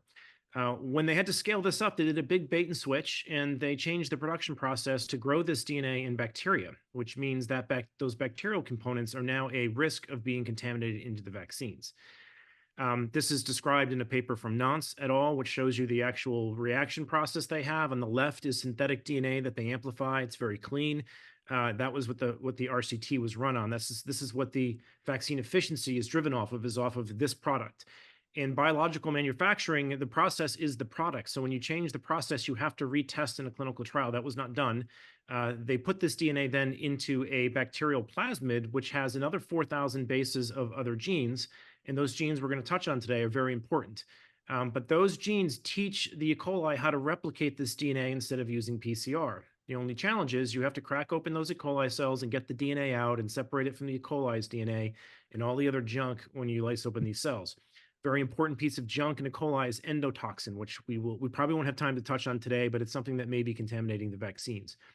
So when we sequence this plasmid contamination, we were instantly able to build a plasmid map, what you can see on the left. You import the DNA sequence into a commercial software tool, and it annotates all of these genes for you. I didn't do any of this annotation. This is done by default. What you'll notice on the right is what was given to the regulators, and it has some key areas that are missing. This is very suspicious because these should be by default annotated. Our program automatically annotated these. Someone at Pfizer had to go and unannotate these before handing this plasmid map into regulators. This is very much of a concern because it's a form of deception that's going on. And I believe it's very much an intentional deception because what we know about this piece of DNA that they hid is that it's well published as a gene therapy tool. It has a nuclear targeting sequence in it that drives this DNA into the nucleus within hours. So you may hear a lot of fact checkers out there talking about how this DNA contamination doesn't matter, it can't get into the cell. That's wrong. The lipid nanoparticles get it in, and this sequence here, published by David Dean, drives it into the nucleus. Now, to get this work quickly adopted in the field, just telling people what we sequenced means it would take them thousands of dollars to reproduce this, could take a year in peer review. To skip all that, we designed quantitative PCR assays, much like that are used in COVID testing, and publish those so the market could go and reassess this on their own. So these qPCR assays are now public. Anyone can download them, and all of these people have. So we now have replication in South Carolina. We have it in Connecticut. We have it in Germany. We have it in some aspects of this in Japan and Canada. Multiple labs have now reproduced this work. This is important to know because another critique of our work will be, hey, it's not through peer review. Well, peer review is wrong half the time. You can't reproduce the work. What matters is who can reproduce the work. Reproduction is what matters. And this hasn't just been reproduced at the PCR side of things. Dr. Buchholz has sequenced this entirely with Oxford Nanopore sequencing, and Dr. Sin Lee has done Sanger sequencing. Not only that, we have also some evidence in France and Germany, but the EMA's documents, if you dig through them, you will see that they have noted an 815-fold variance in the DNA contamination in the 10 lots that Pfizer got to cherry pick and give them data for. So they have made note that this DNA elimination step is not working properly and that Pfizer needs to attend to it. So we ran a study in Canada. This is probably the best case scenario. The Canadian vials were the cleanest vials that we found. There's a preprint here that's heavily downloaded. In this case, we're looking at the DNA concentrations with using two tools. One is quantitative PCR, which we will show you why that underestimates the amount of DNA. And the other one is fluorometry, which gives you a higher number. Arguably, is a more accurate number just because it measures all sizes of DNA that are present. When we do this, there's a few of the lots from Pfizer that are getting close to the line with qPCR, but are well over it, almost tenfold over the 10 nanogram limit the FDA set when we use fluorometry. We can see that some of these lots are also associated with higher adverse events. We need more data for this. This is a very early minimal N number study, but nevertheless, there is some association there. The Maternal lots are cleaner. So what has been the regulatory response to this? Well, the EMA, which is the European version of the FDA and Health Canada have all come out and said, yes, in fact, the SV40 sequence is there. We weren't told about it, but now that we've gone back and looked at the sequence, we can see that it's there and it was omitted from their plasmid maps. Three things they've responded to is that the DNA that is there is probably too small in length to matter. It's probably too small in quantity to matter, when the DNA is probably non-functional. We're going to walk you through why those three critiques of theirs are in fact not true. So for one, the annotation software, as I mentioned before, by default annotates these regions, these promoters, and other open reading frames, and they have gone and removed them. So that's an intentional form of deception that the regulatory agencies have admitted to. Secondly, the response has been, well, we're okay with the deception because they've now come and told us that that DNA is non-functional. They're just taking pharma's word for this, and I tell you it's very functional. You cannot make a plasmid without having its promoter. It will not give you antibiotic selection. I know this because I worked on the Human Genome Project, purifying 10 million plasmids per year for the Human Genome Project, and if you do not have an antibiotic selection gene, you get no plasmid. I'm also going to show you some other evidence that's very functional DNA. The other thing that they're omitting here is their own guidelines prohibit this. So both the FDA and the WHO have guidelines saying every open reading frame and every promoter needs to be disclosed to them. Now the regulators are rewriting their own guidelines to on the fly to accommodate this deception. That should concern everybody. Okay, it's too little or too small. This is not true. We've measured this with Oxford nanopore sequencing. 1 in 50 of the molecules are over 1,000 bases long. You can see a blue one on the upper circle on the right, which is 3.2 kilobases long, encodes entire genes and promoters. So that integrated to be very functional in a mammalian cell. But we're actually quite concerned about the small stuff. The 200 base pair fragments is like buckshot going into your genome and has a much higher propensity to integrate and damage your genome. Moderna knows this. I think someone else on this thread, Jim Thorpe, or maybe it was Ryan Cole, mentioned if you go through Moderna's patents, they will spell out that quantitative PCR underestimates the problem. Stefan Bancel is an actual inventor on this. He's the CEO of Moderna, so he can't hide from this. That qPCR underestimates the problem, and you need to use the other techniques like we've used, which measure a number that beats the limit. The other thing that they'll show you is there's a couple other artifacts of DNA contamination. One is it can be prothrombotic. We're not going to touch on that today. I think the main thing from the FDA themselves is that this DNA can integrate into your genome and be oncogenic. In fact, the copy number of the DNA matters tremendously. In 10 nanograms of DNA, there's only a couple thousand copies of the genome. In 10 nanograms of 200 base pair DNA, there's 50 billion copies. So the molarity is what matters, not the total nanograms. And the FDA's documents point that out. As the DNA gets smaller, you have to lower the limits. There's great papers out here from Lim et al. I want to have on the record because they show there's a high spontaneous integration rate if you use transfection technology to get DNA into cells. You will get it to integrate into the genome. And you don't need to believe me on this. Again, this is another patent from Moderna. Their own patents state that residual DNA in their vaccines is an oncogenic risk. So, Lim is a great paper, but Moderna has gotten this written into stone in their patent applications. Now, something that should raise alarm bells at the FDA after we've raised this is that all you had to do is search SV40 promoter and P53 tumor suppressor gene. And up comes papers showing that the sequence that's in these doses at billions of copies per dose interacts with the P53 gene. All right, this is a tumor suppressor gene. So anything that interacts as a contaminant of the gene is a red flag. Hit the brakes, stop cold. All right, you've got billions of copies of something that interact with our tumor suppressor system. This is a cancer risk. It's in Moderna's patents. We know it's now in the Pfizer vaccines. This needs to be a red stop halt. We're going to cause cancer with this if we don't look at this very closely. I believe other people have already attested to the fact that the cancers are on the rise right now. We've also had people tell us how long this DNA sits in cells. Here's another paper that the others didn't mention from Krausen et al. They're picking it up in heart cells. I think Ryan Cole had a picture of this. Heart cells are showing.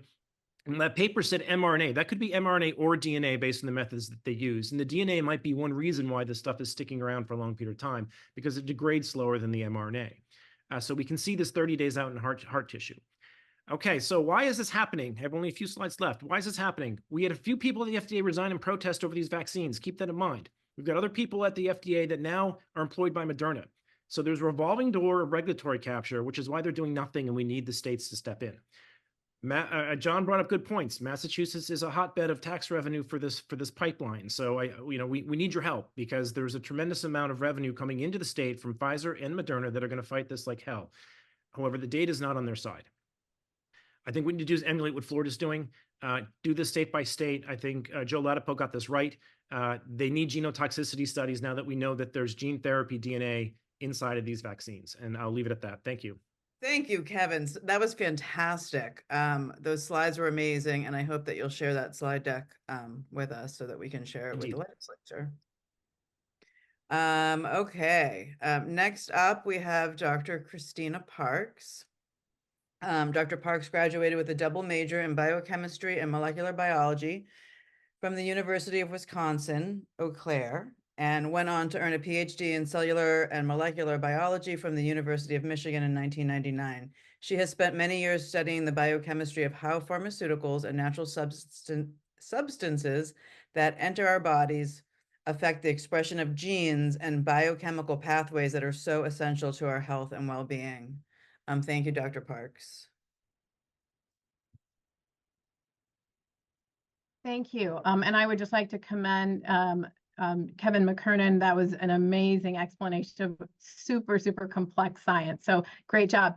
And so what I want to follow up on is really talking about the risk of this type of a platform. And, you know, what we have to do is really look at these type of genetic platforms are really putting a flood of genetic material into either living human beings, or a lot of these have been proposed for livestock, so chickens and cows and pigs. And so what is the risk of this type of, like, basically flooding bodies with genetic information? And so I want to take a step back because there are some really, really strong inherent risk, and I'm going to sort of springboard on Kevin's work to talk about the risk of these genetic platforms. So one of the reasons we actually went to this mRNA technology or these gene therapy platforms was because there were inherent risks that were associated with growing viruses for vaccines in either animal cells or human cells. And that main risk is viral contamination. And so there are a lot of risks associated with having a virus in it. In fact, the polio vaccine was contaminated with the simian virus, simian meaning monkey, simian virus 40.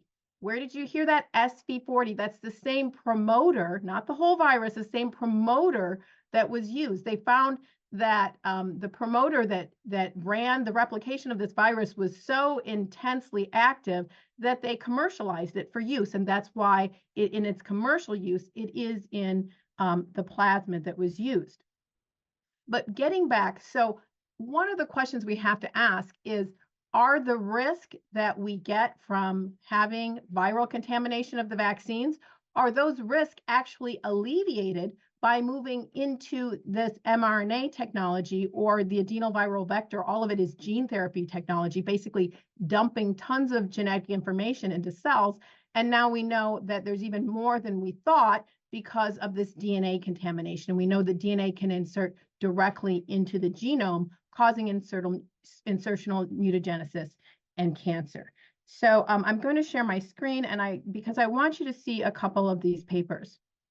Okay, so the polio vaccine, as I talked about before, was actually contaminated with the SV40 virus, which is now known to cause cancer because it was grown on monkey kidney cells.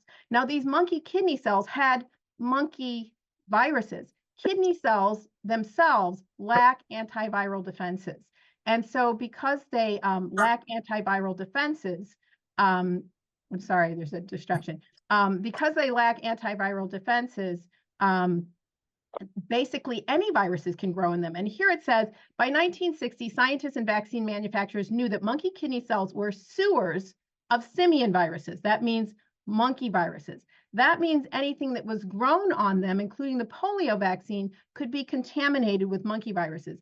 In this case, they tried to inactivate it with formaldehyde, but that actually didn't work. And we know that simian virus 40 or SV40, a cancer-causing virus, actually spread throughout the human population and was actually passed from human to human once it got into us. And so from this point on, they've been very concerned about the use of basically these monkey kidney cells. And so I want to show several or give several examples. So the polio vaccine was contaminated with this monkey virus. However, the MMR vaccine was contaminated with a bacteriophage, which is a virus that generally infects bacteria. The rotavirus vaccine was contaminated with a pig virus. And the MMR and yellow fever vaccines were contaminated with some bird viruses that enabled them to have reverse transcriptase that would copy mRNA, like in our vaccines, back into DNA so it can integrate. And so this highlights that DNA integration can cause cancer. And so did we get away from this risk of DNA integration causing cancer? No, because what we see with that is that basically, you know, we have all of this fragmented DNA, and I'm going to stop sharing my screen for just a second. We have all of this small chopped up DNA that is contaminating the vaccine, and that is much more likely to integrate into your genome. And once it does that, it actually can cause cancer. So I want to take a step back and talk about cell lines, and this is really relevant, so take a minute and listen. In order to do research, we have to grow cells continuously. but cells actually stop growing after a while. They actually stop growing and the cells all die. One of the only ways that we can keep cells growing in culture to do research on them is to get them to be cancer-like. And that process is called immortalization. What do we do when we immortalize a cell? There are different ways to immortalize cells, but one of the ways that's been proven very effective is to infect them with a virus.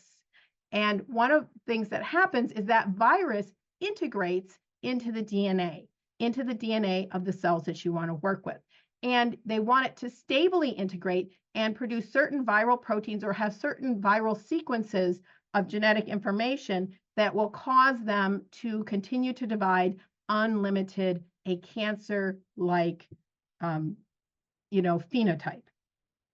So if we have basically viruses, or we have this DNA, including things like SV40, that binds to your tumor suppressor. And they said that we actually, in order to make immortalized cell lines, we need this to stably integrate into the DNA of cells. But they want us to believe that putting all of this genetic information into our bodies is not going to cause it to integrate into our cells and cause those cells to be cancer causing. It's complete BS. We know that that's what happens. When that DNA integrates, and you heard John talk about how basically we have higher rates of lymphomas, because the first thing that DNA is going to see is your blood cells, your immune cells, where it's basically going to integrate into those cells, and those are more likely to cause cancer. And those cells actually like to take up smaller fragments. But I want to talk about another important aspect. And this is that basically this DNA and this genetic information can be packaged, and it can actually become an infectious agent. The plasmids themselves can be packaged. They can actually infect the bacteria in your gut, in your nose, and your throat. And they code for the spike protein, and they can be transferred all to other people, so they can become an infectious agent. But more than that, so we have the plasmids, and they can confer antibiotic resistance. So if we give them to our livestock, we can have them making whatever protein is in there under an antibiotic resistance gene. And basically, once that antibiotic resistance plasmid is there, it can be circulated all over the place. And so basically, it's going to really, really increase rates of antibiotic resistance in humans and in animals. But secondarily, when you have all of this genetic information, it's going to recombine. It's going to recombine with viruses. That's what genetic information does. That's what viruses do. They recombine to form novel viruses. What do we call that? We call that gain of function. By putting all of this into cells, we are going to create a gain of function. And I want to share this just very quickly. And we just had a paper published. And so here's an example of what may have happened in the with the polio vaccine. Again, they were using chimpanzee cells, kidney cells, to grow it. And the chimpanzees may have had simian immunodeficiency virus, SIV, but it may have recombined with cytomegalovirus and then formed HIV, which then, with the polio vaccine, was injected into millions of Africans. And so here we have a paper that was just published that shows that there's a new pangolin SARS corona-like virus that actually killed 100% of mice. It was passaged in vero cells. It was passaged in vero cells. And here's what I want to show you. Here's these monkey kidney cells it was passaged in. And that's where it can recombine with other things. It can have a gain of function by mutation. It can also, when they try to clone out this virus, or when they're using this and they're passaging it in these monkey kidney cells, it may actually be partnering with another virus, because these monkey kidney cells are known to contain many, many different viruses. And so whether you're doing it in the vero cells in the lab through gain of function, or whether you're putting it into humans or into animals, into our livestock, what you're going to do is you're going to have a ton of genetic information. It's going to be able to recombine with viruses that those animals may already have, or the cells already have, or that we already have, and it's going to form novel viruses. What we are doing is we are setting ourselves up to create novel pathogens that are going to put us at risk. It's time to just say no and find another way. Thank you. Okay, next up is Dr. Janci Chen Lindsay.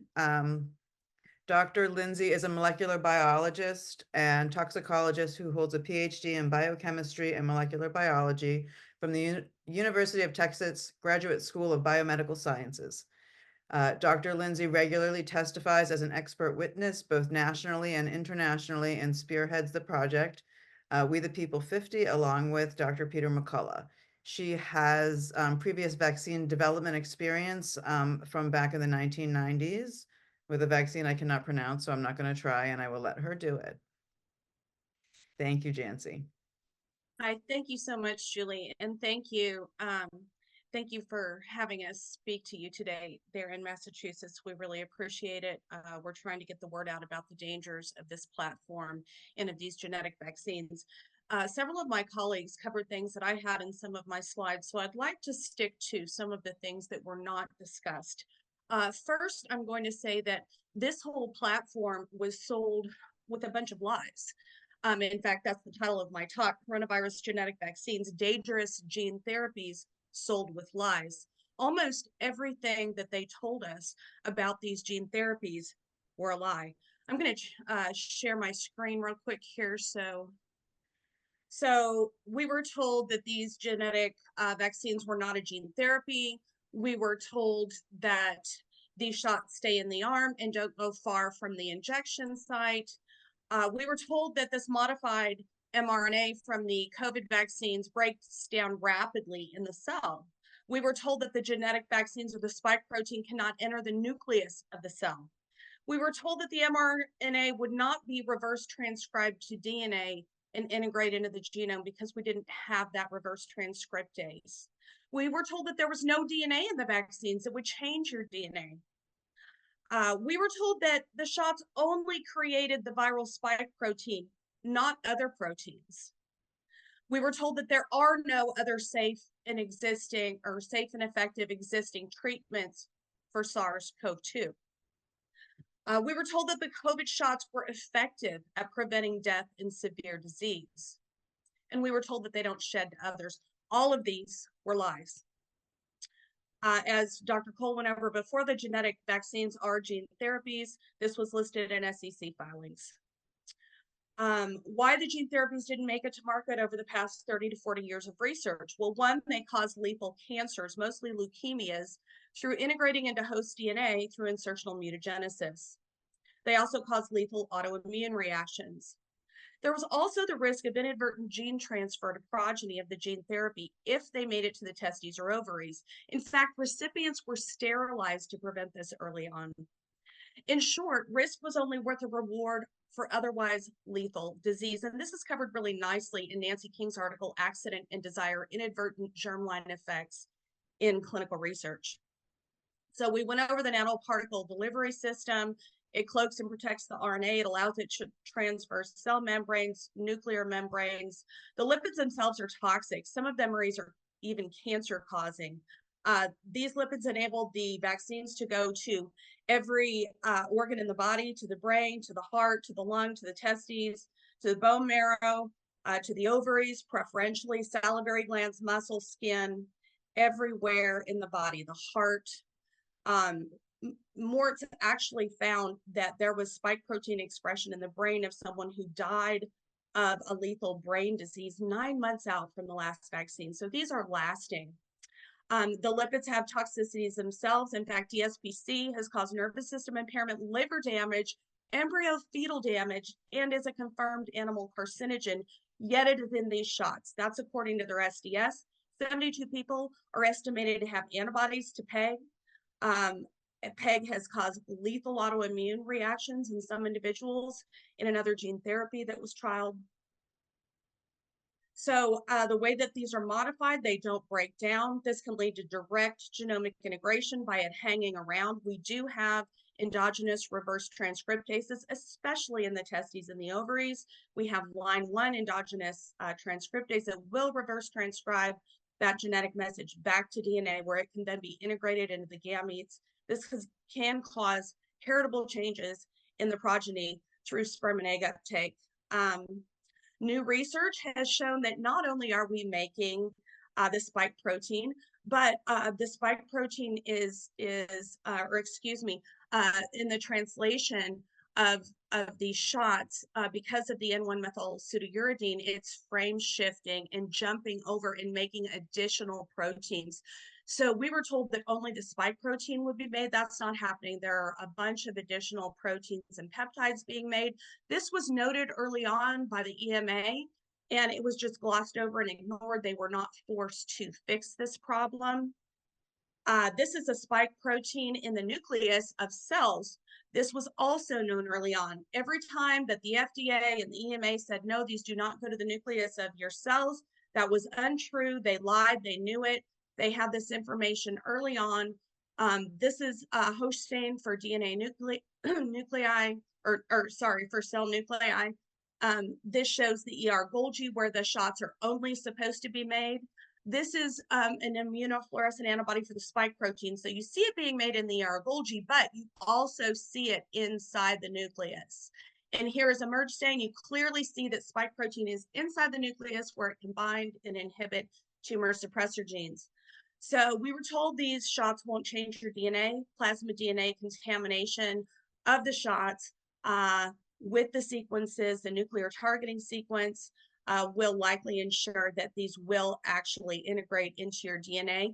The plasmids actually had DNA sequences that are compatible with your DNA, and that is a real problem because there is no way that there should be promoters in these plasmids that are compatible with human DNA. It's not needed. So what are they doing there? And what are nuclear targeting sequences from a cancer virus doing in these shots? It's not needed. Again, the human promoters, cytomegalovirus and SV40, are not needed to grow these in bacteria. So the only thing they do is increase the chance of insertional mutagenesis. These are 9 different ways that these could be causing cancer. I'm going to make my slides available, so I'm not going to go over each one of these, but there are numerous ways that these could be causing cancer in the setting of an explosion of cancer that we're seeing. This is illustrating a phenomenon called sperm-mediated gene transfer. It is the ability for sperm to take up pieces of DNA and transfer it onto the next generation, especially if it's in something called exosomes, which the LNPs mimic. So the lipid nanoparticles are essentially exosomes, so are plasmids. Those plasmids, that mRNA, that DNA can be taken up by sperm, transferred to oocytes, and this could be passed on to the next generation, just as was warned of in other gene therapies. As the King article says, gene therapy is still a very crude way of treating very complex problems. It's hard to get new genes to go where they're needed. It's hard to keep them from going where they're not wanted. The worst case scenario is that they find their way into a patient's germ cells, eggs or sperm, and end up harming the patient's offspring. Well, guess what? We've known for almost 3 years that these go to the testes and ovaries, and not a single damn reproductive biology lab in the whole world has investigated to see if these are going in our sperm or in our ova and being transferred to the next generation. That is a huge problem, and it's a disgrace. This is a real worry. Again, showing the process of sperm-mediated gene transfer, which causes inheritable changes in the next generation and mosaic expression.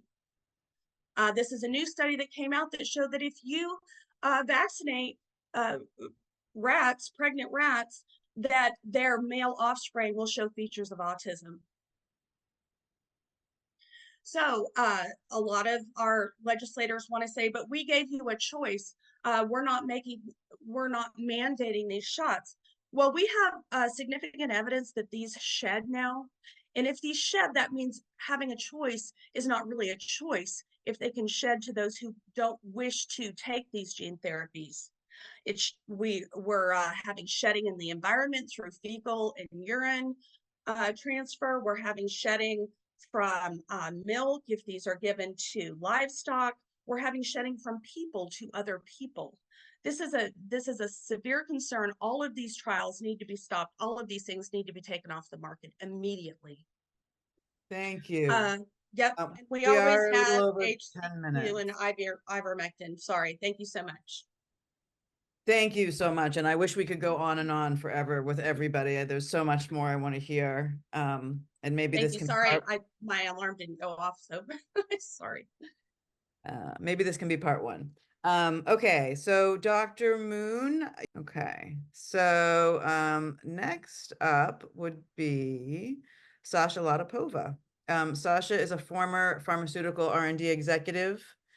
She worked in the industry for 25 years and ultimately owned and managed several contract research organizations working on clinical trials for more than 60 pharmaceutical companies, including Pfizer, AstraZeneca, J&J, GlaxoSmithKline, Novartis, and many others. Among other things, she has worked in cardiovascular safety assessments and has interacted with the FDA and other regulatory agencies as part of the FDA Cardiovascular Safety Research Consortium, and also on behalf of her clients. Sasha.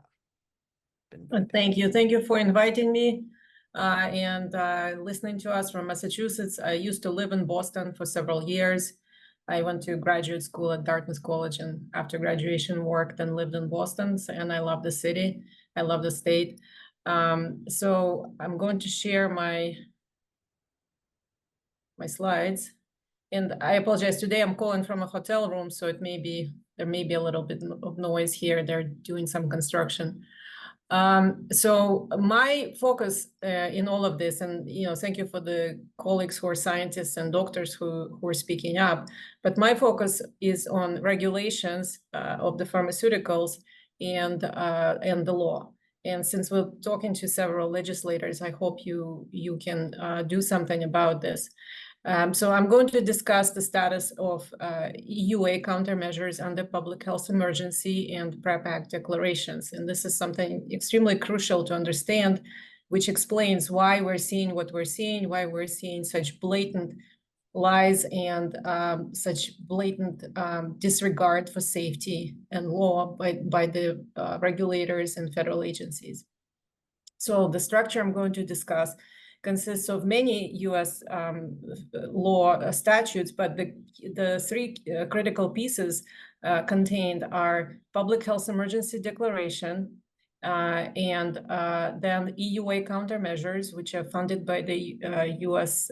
Department of Defense under Defense Production Authority and other transaction authority, and then also the PrEP Act that's being used here as a complete shield, and what Pfizer calls themselves a derivative sovereign immunity that they receive from the US federal government to commit these blatant violations of any safety, consumer protection, or informed consent rules. So I'm going to specifically focus on EUA countermeasures right now. Very few people understand, and in fact, even regulatory experts like myself were confused for a long time about this part of the law. As you know, pharmaceutical products in the US in interstate commerce are regulated by FDA. And all the regulations are contained in Food and Drugs and Cosmetics Act, which is a huge piece of US law containing numerous parts of regulations. The most important fundamental principle is that the drug or device needs to be investigational. So if it's subject to the FDCA, then it is an investigational product. And the investigational product is regulated under IND. So anything that's undergoing testing in clinical trials is regulated under investigational new drug or device exemption. And every manufacturer is supposed to comply with these rules. And they're supposed to have IRB approval, or Institutional Review Board approval for their clinical trials for bioethics and consumer and patient safety protection. And also all the subjects of clinical trials are supposed to receive informed consent. They can decline, none of this can be mandated, obviously, and compliance with good manufacturing practices, which regulates things like my colleagues discussed, contaminations of various sorts with viruses and other chemicals or pollutants, is all completely strictly regulated by these rules. Again, this is under investigational status of the product. There is also what's called expanded access use, which what was everybody assumed that these EUAs are this expanded access use pathway, and turns out it's not. So expanded use pathway, just to briefly point out, it's something that patients, terminally ill people who can't participate in a clinical trial for whatever reason, can get access to a new investigational product under this pathway. And I want to repeat again, everybody assumed that these vaccines were going through this pathway. Turns out they were not. They are a complete different category of product that the federal government has created, which is called EUA countermeasure. And this category only exists under public health emergency or PrEP Act declaration by Health and Human Services Secretary. So under this particular category, they're regulated by a completely separate section of Food and Drugs and Cosmetics Act that says that everything that's illegal for normal pharmaceuticals is now legal for these things, as long as PrEP Act window remains open for them. And as we know, for COVID, the PrEP Act window is open until December of this year, at least December of 2024. And now we also have a window open for Ebola, Marburg, and other things until end of 2028. And I assure you, federal government fully intends to keep these PrEP Act declarations going in perpetuity, because there is no way on this planet these products can comply with normal regulatory requirements. They tried for 20 years and they failed every time. So they decided to go on the market anyway by creating this new regulatory status for themselves. So under this regulatory status, there is no IRB requirement. There is no informed consent requirement. There is no requirement for any compliance with good manufacturing practices. Rather, it says you can do it as a manufacturer voluntarily, but there is no enforcement. And clinical trial data is completely irrelevant. And I will show you why. And also, these things can coexist with what's called fully approved versions, except, of course, these products have never been approved normally under investigational status, and therefore there is no fully approved version. There is only an EUA, and only EUAs have always been shipped in the US. Drug inserts are blank, and they never complied with any rules or requirements. So let me go to the next page. This is a citation from the US law, which is very critical. In fact, it's been cited by FDA, it's been cited by Pfizer in their legal defenses in various lawsuits, including Brooks-Jackson's False Claims Act. Lawsuits have been going on for several years now. And this says that 21 USC 360 BBB 3K says that if a product is this EUA countermeasure status under public health emergency, use of this product shall not constitute clinical investigation. So this makes the product a non-investigational. If the product cannot be investigational, there is no legal possibility for it to be used in a regulated clinical trial. And there is no possibility to assemble legally the legal statutory evidence for efficacy or safety such that the full FDA approval can be made, again, according to the FDCA. Everybody forgets that FDA does not make law. They're administrative agency subject to the law. The law that governs FDA is Food and Drugs and Cosmetics Act. And it's very, very clear that if you have an investigational product, it's very prescriptive how FDA is supposed to review and approve the data. And non-investigational, I will show you what happens. So under non-investigational pathway, this slide comes from FDA themselves. Their lawyers put it together.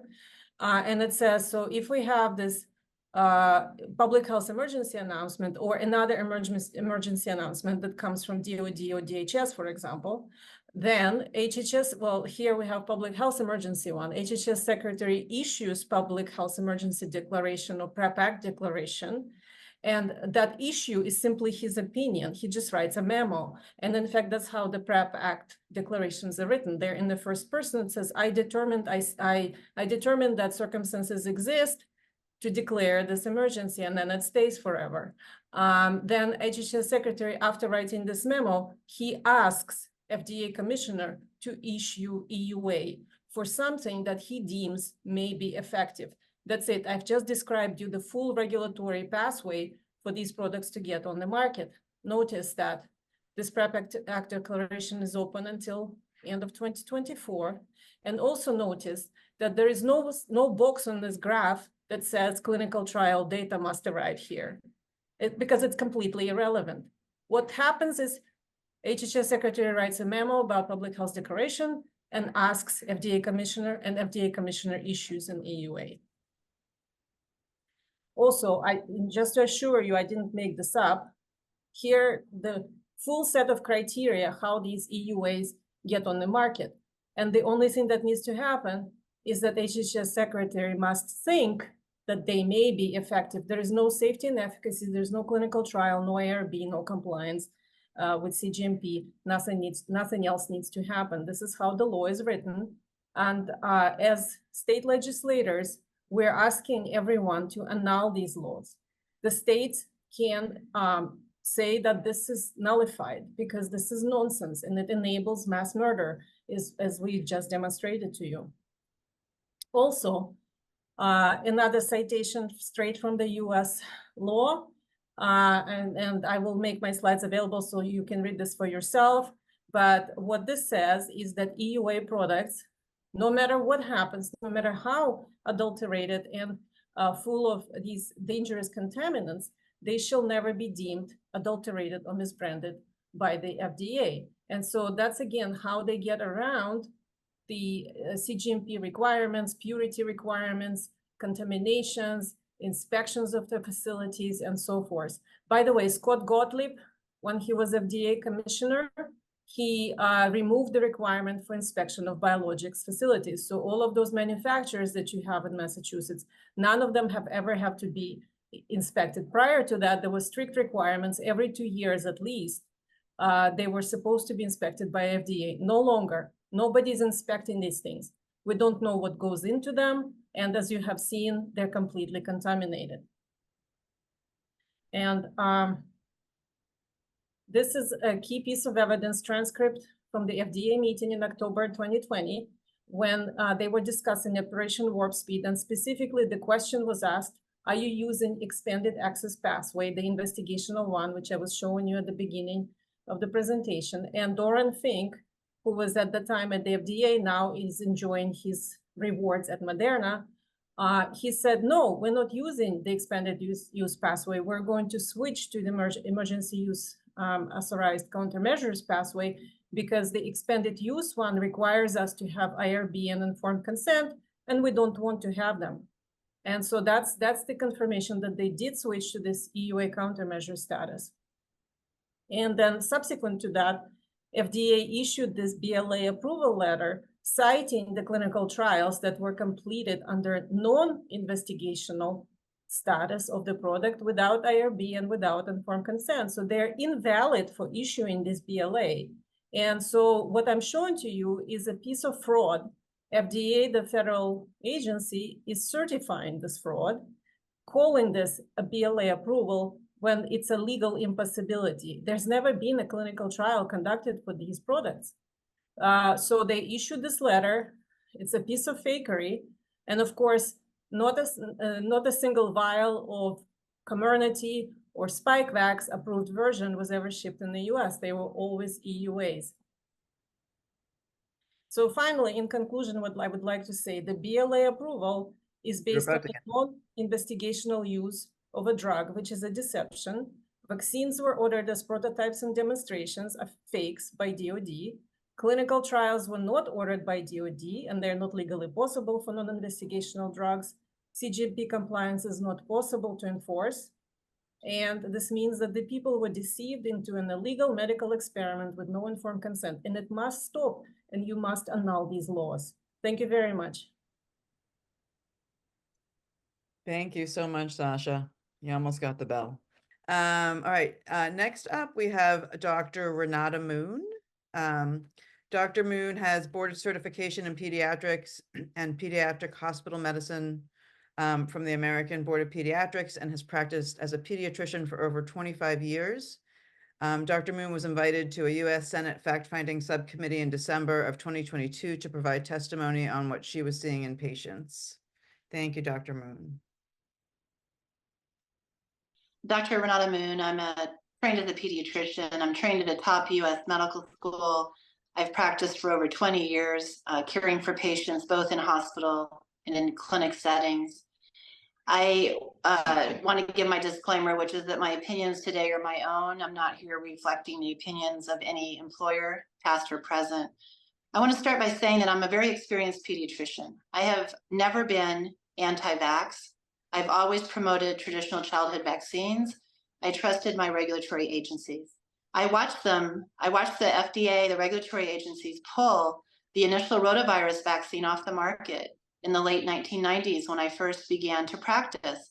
And they pulled it off the market for less than 100 cases of a rare intestinal problem in children.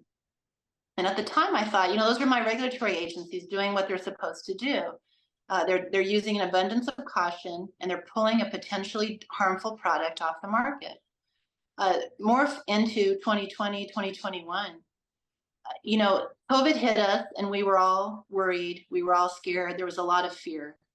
But one thing the data shows very clearly, and I'm speaking as a pediatrician here, one thing our data shows very clearly is that our nation's children were spared from fatalities from COVID-19. Now, we did have some fatalities, but statistically, your child's risk of dying from COVID was basically a statistical zero, okay? It was extraordinarily rare for a child to die of COVID. So we have to remember that there was never an emergency for our nation's children. There never was. And whatever product we are injecting into them, we have to make sure that that product is safe. The data is all very clear about that. What alarms me is there are many things about this, but I'm going to tell you about what I've seen as a frontline physician. I have direct knowledge of more cases of myocarditis clearly linked to the administration of this product than I've ever seen in my entire career. I want everyone to remember how rare myocarditis used to be. The numbers I've heard are anywhere from 200 to 400 cases in our nation per year is what it used to be. That's the baseline risk. So if that's the baseline risk, why does this pediatrician have direct knowledge of cases of myocarditis that have happened within 1 to 2 weeks of administration of this shot to children and to young adults? I think it's clear. I think no one disputes the fact that there is an increase in myocarditis. What is disputed is what happens as a result of that. And the reality is we don't know the long-term dangers of having myocarditis for many of our young people. They have whole lives ahead of them. They need to make sure they have healthy hearts. And we don't know. This is an untested product. But we do know that in some cases, myocarditis can be fatal. It has been fatal. Some people have died from myocarditis. The younger you are, and you pass away from myocarditis within a few weeks of the shot being given to you, the more obvious it is that there has been a harm to you from this product. We cannot continue down this path where we are giving our nation's children who have a 0% risk essentially of a fatality from the infection itself, where we're giving them a product that has harmed and killed some of them. That is just beyond outrageous. I've never seen anything like this in my entire career. It's really quite upsetting. Now, I want to point out that this shot, this synthetic genetic shot, has now made its way onto the traditional childhood immunization schedule. So as someone who represents a group of pediatricians who are extremely alarmed by what is happening here, I can tell you we get calls frequently from parents, usually in custody situations where one parent wants this administered to their child and the other doesn't.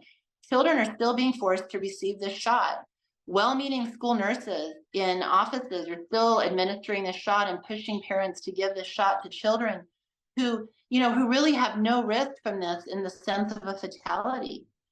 We have managed to get it, the pharmaceutical companies have managed to get it onto the traditional childhood shot schedule under emergency measures in large part. And it should not be sitting there. It should not be sitting on our shot record. Now, I want to tell you about a young man that I know. I used to take care of this young man when I was a pediatrician many years ago. This young man enrolled in our military, is now in his 20s. And about a year ago, I found out that he suffered from myocarditis within 5 days of his second dose of one of the mRNA shots. His military physician told him that it was not related to the shot, which of course it was. He was medically discharged from the military and continues to have issues with heart inflammation and myocarditis a year later. You know, how many children have we harmed? How many have we harmed? And this needs to be pulled from the market. This product is clearly riskier than there's no benefit that I've seen.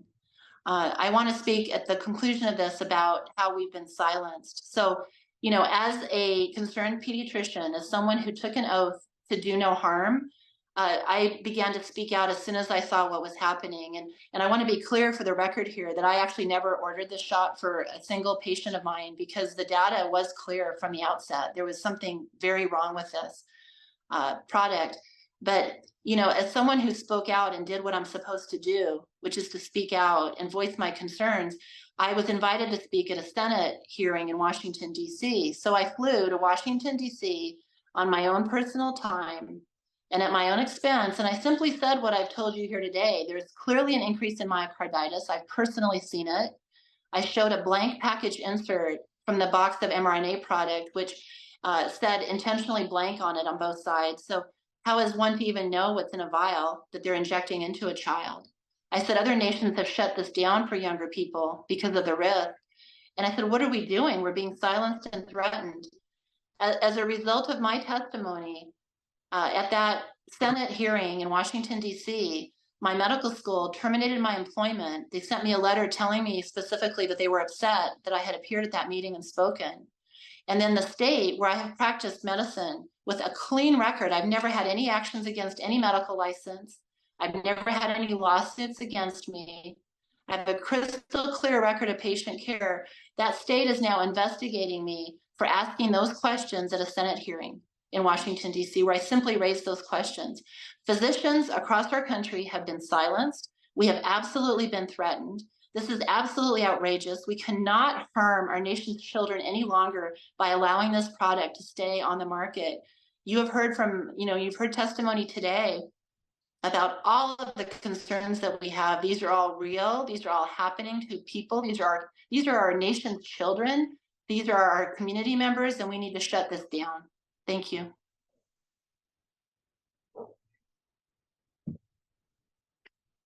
Thank you, Randy. Yeah, thank you so much. That was amazing and powerful. And we do need to stop these and protect our children. Okay, so I believe, Janci, correct me if I'm wrong, that is all of our speakers for today. That's correct. So I want to thank everybody who has stayed on. I know this has been a long call.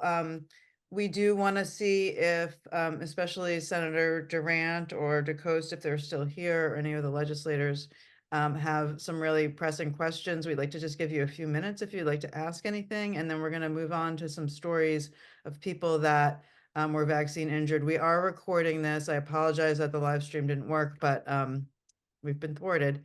And I will tell you, I tested it not once, but twice, and once this morning. So everything was fine until we tried to go live. So I just want to thank everybody, and I understand if you can't stay for the entirety of this call, but we will be recording it and we'll get it up as soon as we can for everybody, and to all of our experts on the panel, and to Bree and Ernesto. I mean, just really a heartfelt thank you so much. I know you took time out of your day, and it's to tell the truth. So thank you so much.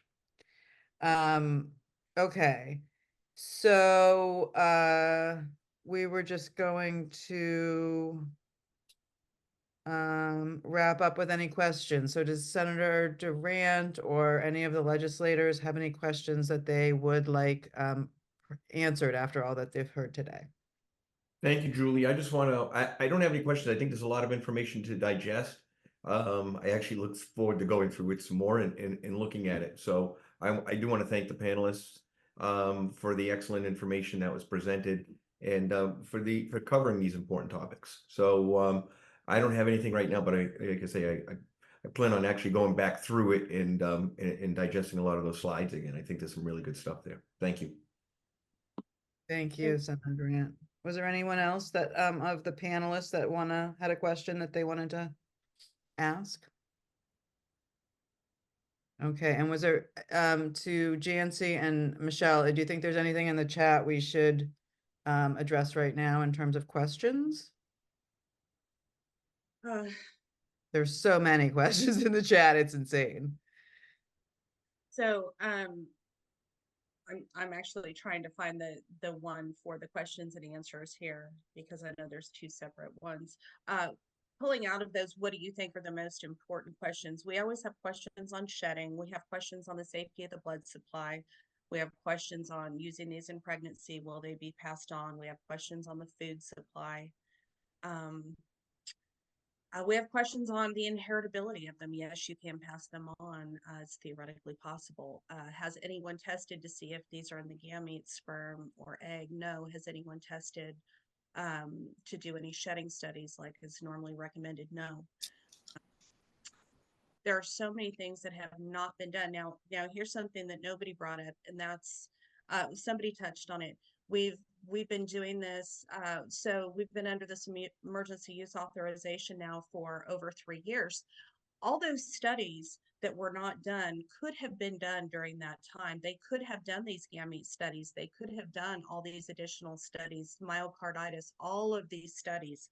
They did not do them. Why? You need to be demanding of these manufacturers. You need to demand of the FDA and the CDC that these tests be done. And in the meantime, they come off the market, period. That would be. And I think the important message here is, in the meantime, what we can do here in Massachusetts for all the people watching is you go to healthrightsma.org and you sign up for emails. And we're going to tell you about the bills that are moving that will affect your life right now, like Senator Peter Durant's bill H734, which would basically stop any kind of mandate, but wouldn't stop anybody that wants to get a shot from getting one. And Bill S1094, an act relative to bodily autonomy and family integrity, which would protect everyone's right to make their own medical decisions for themselves and their families. And we just have to stop these coercive tactics. So I'm going to end this part of the call so we can move on to our stories, because I know people have been waiting a long time, and especially if you don't feel good, waiting is probably even harder. So Dr. Cole here, can I bring up one just 2-second philosophical point? All right, think about it. We just had an airplane door blow off of a certain airline and grounded all the aircraft, even though no died. And out of an abundance of precaution, all those airlines were grounded because of one potential safety risk for other airplanes. Think about what's happened here in context with a biological product that has knowingly harmed many. So that's just my analogy I wanted to point out. Thank you. Thank you. I think also liability is going to be returned to people. And so legislators and all the people involved need to weigh the possibility that they will be held liable, knowing of the damages and the death and the harm that these cause if the PrEP Act is overturned and these illegal amendments to the Food and Drug Administrative Code are overturned. Thank you, Janci. Okay, so our first story today is from Trevor Dillman. I think I'm saying that right. Trevor Dillman. I'll put up, I'll reach out to everybody that's here to share their story, and we'll let you know what order we're going to go in, but we're going to start with Trevor. And I'm going to let him tell you about himself. So yeah, I only met Julie a couple weekends ago, and I mean, I'm happy to be here and get some information. I met her through Sue, whose husband was actually my teacher in the 3rd grade. So we reconnected recently. So that was kind of a nice turn of events here. So yeah, mostly I'm interested in this because I'm looking for some more information. I lost my wife almost 3 years ago at this point. It was April 4th of 21. She was working as an admin at a medical facility. So yeah, she was asked to take the vaccine early, to my knowledge, in order to keep her job. But regardless, she eagerly went out and got it early anyways. And, you know, within 1 or 2 months, she had passed away. She passed away of a pulmonary embolism. So it was basically out of the blue. It was completely took everybody by surprise, with really no warning. The doctor at the hospital that she was taken to was completely baffled. She described it as a, quote, 1 in a trillion chance. We, of course, asked if the vaccine could have contributed, and that at the time we were told there was no information indicating that. You know, since then, I've wondered what else it could possibly be. I mean, it seems that's by far the most likely scenario, but basically, you know, we went to bed, and then at somewhere around 3 in the morning, I woke up, you know, heard a noise. I thought that she was choking at the time. And, you know, she was sitting at her desk, hunched over, and, you know, it was the death rattle that I was hearing. If anybody's heard that before, it's a recognizable sound. I had heard it before, you know, from grandparents and such, but it didn't even occur to me at the time that that's what I was hearing. So yeah, I was able to wake her up, laid her down. She went out twice while the ambulance was coming. Ambulance came, she went out a third time, you know, was holding her hand, looking her in the eyes when she went. I had no idea that she had just died. That didn't even occur to me at that moment. But yeah, so she was quickly thrown in the ambulance. We went over there. Yeah, the doctor at the hospital then took me into a separate room. And I mean, yeah, I'll never forget getting that news that she, you know, she laid it out very frankly. She said, you know, we've been trying to restart her heart for quite a while now. And at this point, even if we get it going, you know, there's been lack of oxygen to the brain for so long that there probably wouldn't be too much of her left. So they wanted my permission to stop trying to restart her heart. And it's just like, what do you say to that? There's really no words. So that's how it went down. I mean, I didn't, I don't cry that often, but, and I really didn't until I called my mother and her father, who were the ones who were closest by. My mother came first. And I mean, for whatever reason, when my mother entered the emergency room there, for some reason, all of a sudden it was real. And I mean, I just broke down. Yeah, I scattered her ashes on a trail where we went on our first date. Guess I should mention that we were high school sweethearts. We had been together for 13 years. At the time, we were both 30.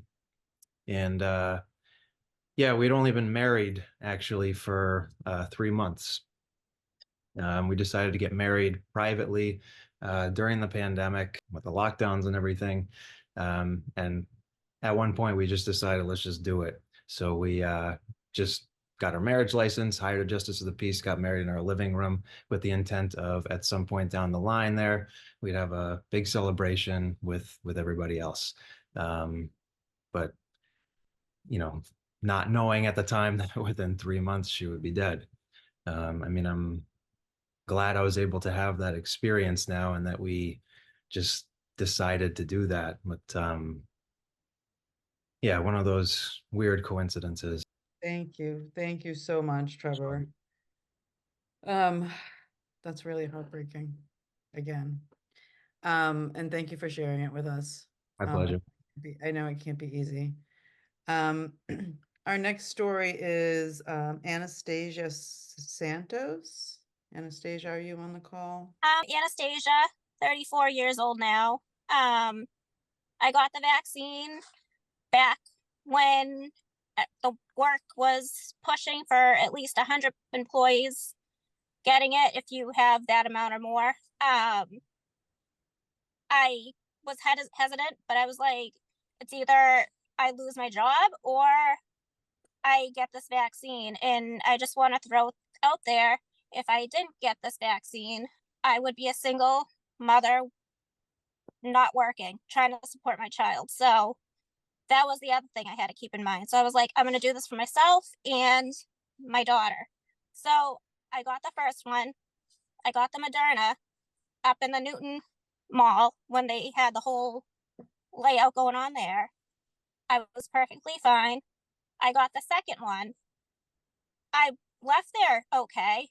The next day I woke up, I was completely green, exhausted, fever. I wasn't vomiting or anything like that, but I just couldn't move off the couch. And I remember my mom saying to me, "Are you okay? You don't look okay."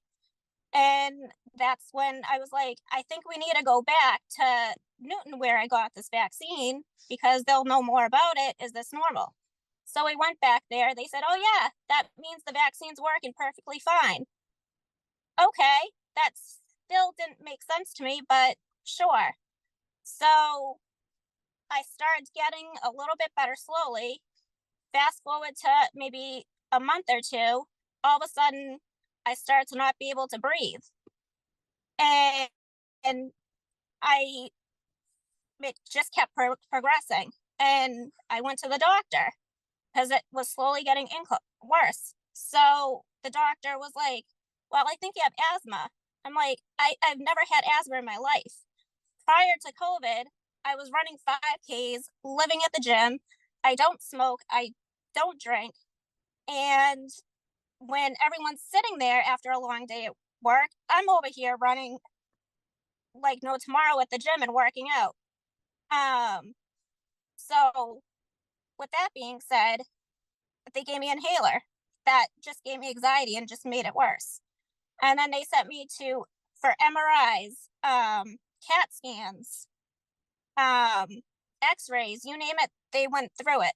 When I was getting an x-ray, the radiologist turned around and told me, well, I could give you an Oxycontin to make this better. I'm like, why are you going to give me an Oxycontin to make it better when you don't even know what's wrong with me? She was like, well, I think it'll help the pain. I'm like, I can't breathe. What does that have to do with anything?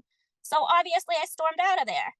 And then fast forward to going through this nonstop a year later, and all of a sudden I'm at work and I can barely walk 2 feet in front of me. And I'm sorry. That's when I finally almost thought I was having a heart attack. So I drove myself from there to the ER, and that's where I was greeted by the National Guard, and they wheeled me into the room. And when they brought me in the room, the nurse gave me an x-ray and all that stuff and couldn't figure out what was wrong with me. So I'm just sitting there, laying there thinking, oh my God, this is where I'm going to die. They have no clue what's wrong with me. I'm leaving my little girl behind.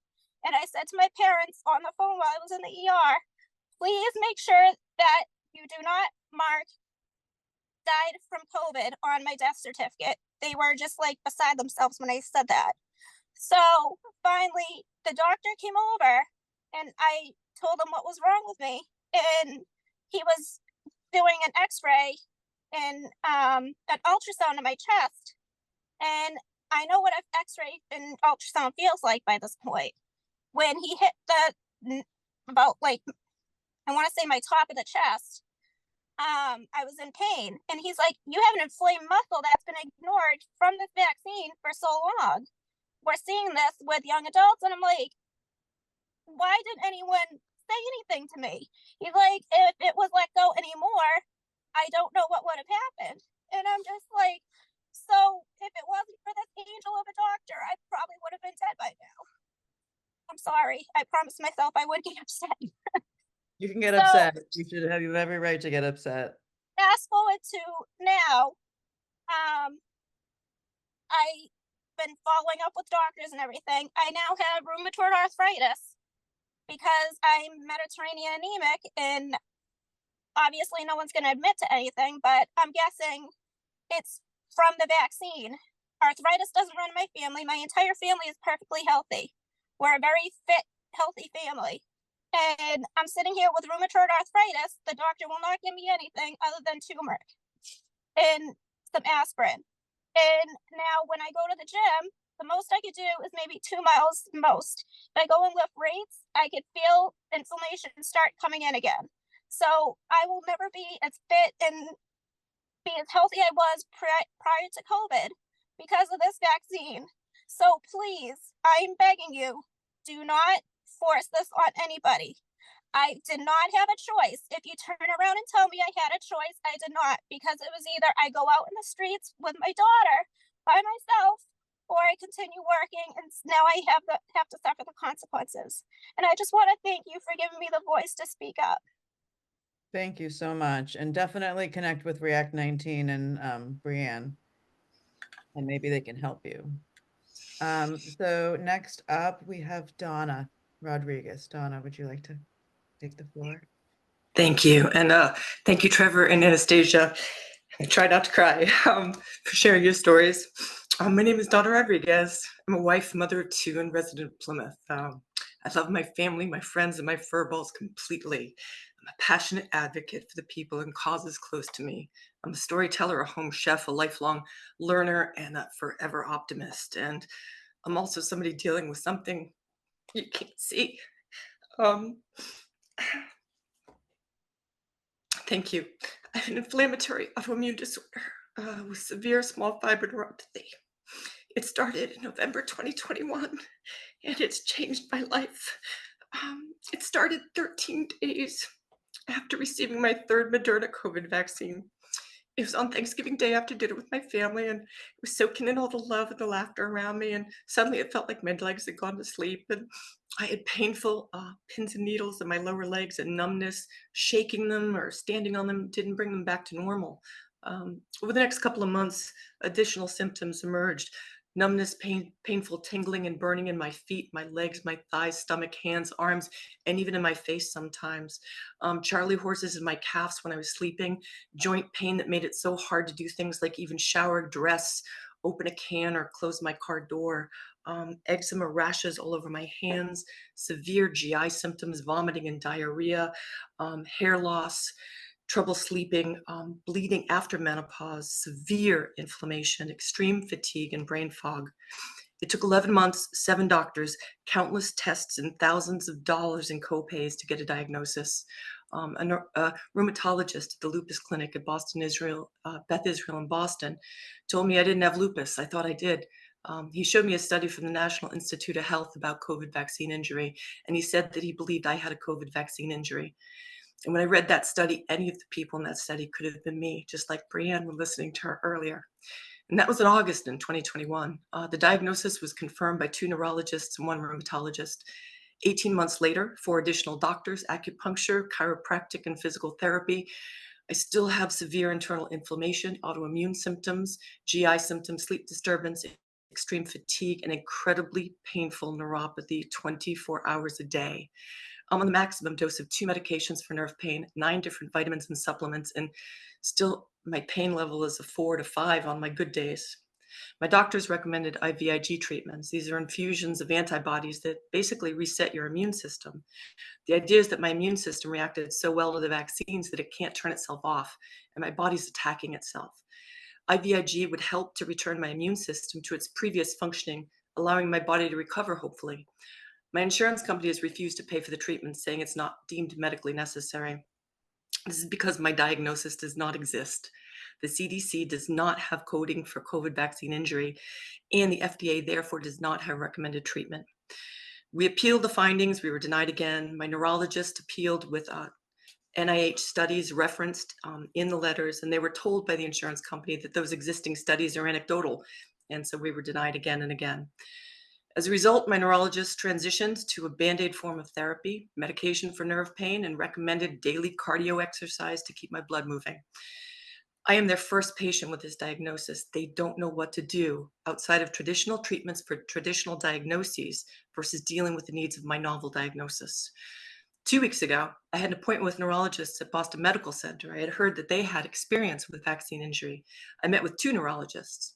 They told me that they don't actually have a dedicated team of people dealing with long COVID or COVID vaccine injury, and that there was nothing else they could offer. I'd had all the tests, I had the diagnosis, and that the medical industry is unprepared and untrained in dealing with COVID vaccine injury, and don't even get them started on the issue with insurance companies being able to deny needed treatments that doctors prescribe. So today, that's where I am. I have a Band-Aid that doesn't take away my pain or symptoms. My insurance company is able to deny the treatments that have been working with others. I'm applying for a handicap license plate for the days that I can't walk without crying into the grocery store to pick my son up after school. And I'm not able to work full-time for the first time in over 30 years due to the pain and symptoms of my inflammatory autoimmune disorder and small fiber neuropathy. And I live within an hour of the most well-respected medical communities in the world, but I can't get an appointment with a doctor who can effectively treat me. I followed the guidelines. I was vaccinated. My family was vaccinated. I was injured and I'm not being recognized. I'm not getting access to treatments that can make a difference in my health and in my life. 3 years later, after the vaccines, we still are not dealing with the consequences. We're not talking openly, other than thankfully today and through React 19 about injuries, or caring for the people who are dealing with the reality of being injured. Thank you for your time. And unless and until we learn from this, we have no right and no business having the ability to mandate vaccination for COVID-19 for entrance to schools. Thank you. Thank you so much. Thank you. Okay, next up we have Deborah. Deborah did share her story in our book that we made, The Faces of Vaccine Injury, but she has not had a chance to tell her story publicly. So, is she here, Deborah? I am here. Hello, good afternoon or good evening, I think, right? So my name's Deborah. I'm 45 years old. I live in Leominster and I'm a registered nurse. I got the Janssen vaccine on September 25th of 2021, and that was to comply with the Massachusetts state mandate for COVID-19 vaccination for nursing home workers. At that time, I held a regional consultant position for a nursing home company, and I oversaw 5 facilities in the state.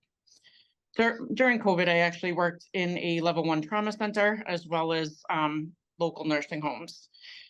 I ended up getting the vaccine because I obviously, like many people, was trying to figure out how I was going to pay my bills, survive, and what could I do besides nursing when that's all I knew. I didn't think I was going to get emotional, but apparently I'm going to. When I got the vaccine under duress, about 5 days later, I started having bilateral ear ringing in both of my ears, which I thought was kind of strange, but I figured maybe, it was related to some sort of, I felt like I had some common vaccine reaction, a little bit of cold symptoms, nothing crazy. Day 8, I woke up and I couldn't get out of bed. The vertigo was so bad. I needed to call for help, and I just started with massive vomiting. I ended up at the ER. They told me that I had fluid in my ears and that it would resolve in a couple of days because this was common vaccine reaction.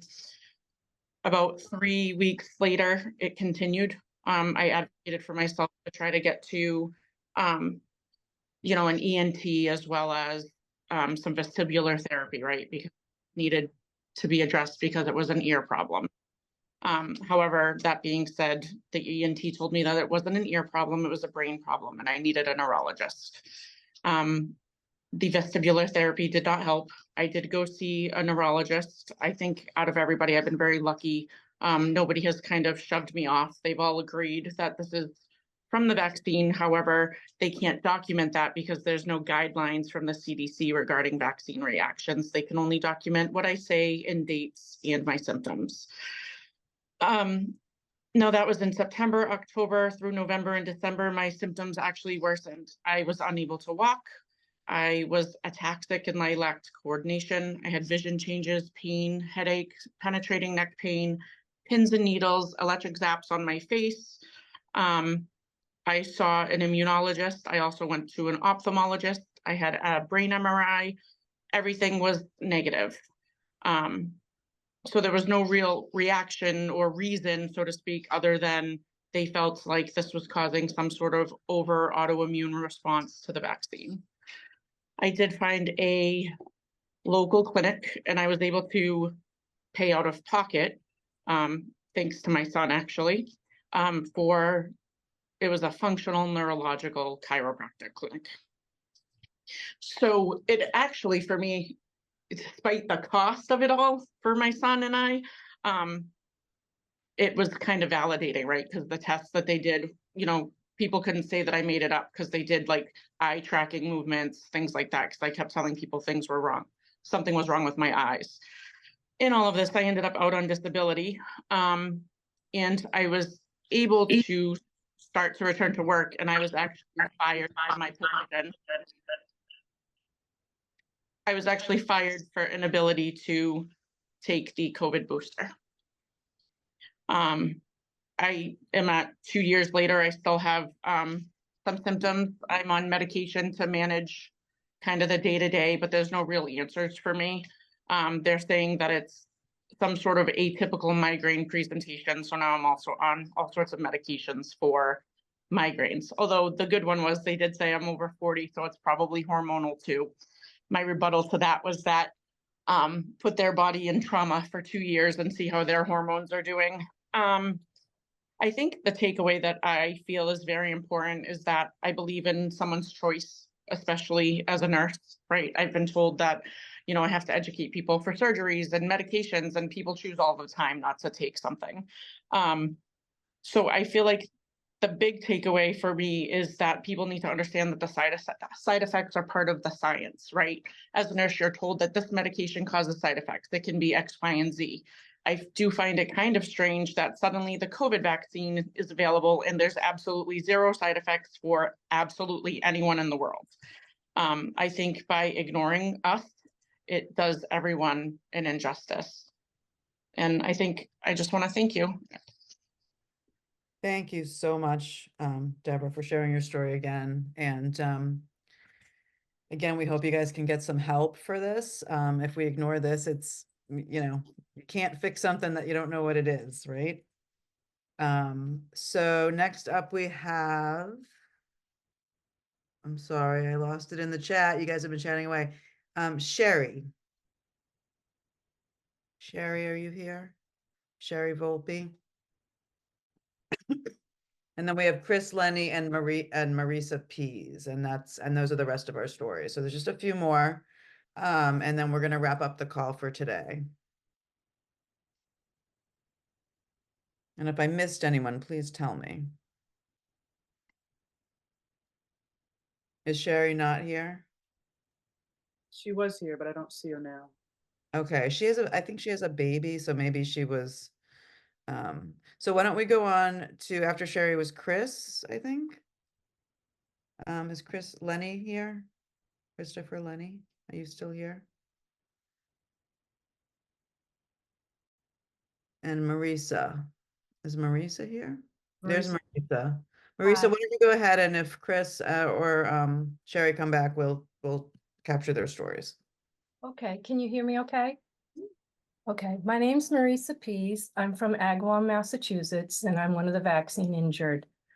In September of 2021, I received my second Pfizer COVID vaccine. It was a mandated condition for my employment. And that day it ruined my health, and in turn, it ruined my life. Prior to that, I led a very active life. I was a runner, I exercised, and I hiked. And I worked as an intensive care unit nurse at Bay State Medical Center in Western Mass for over 35 years. I was deeply involved in research there, and I went on to become the nursing research chair at the hospital.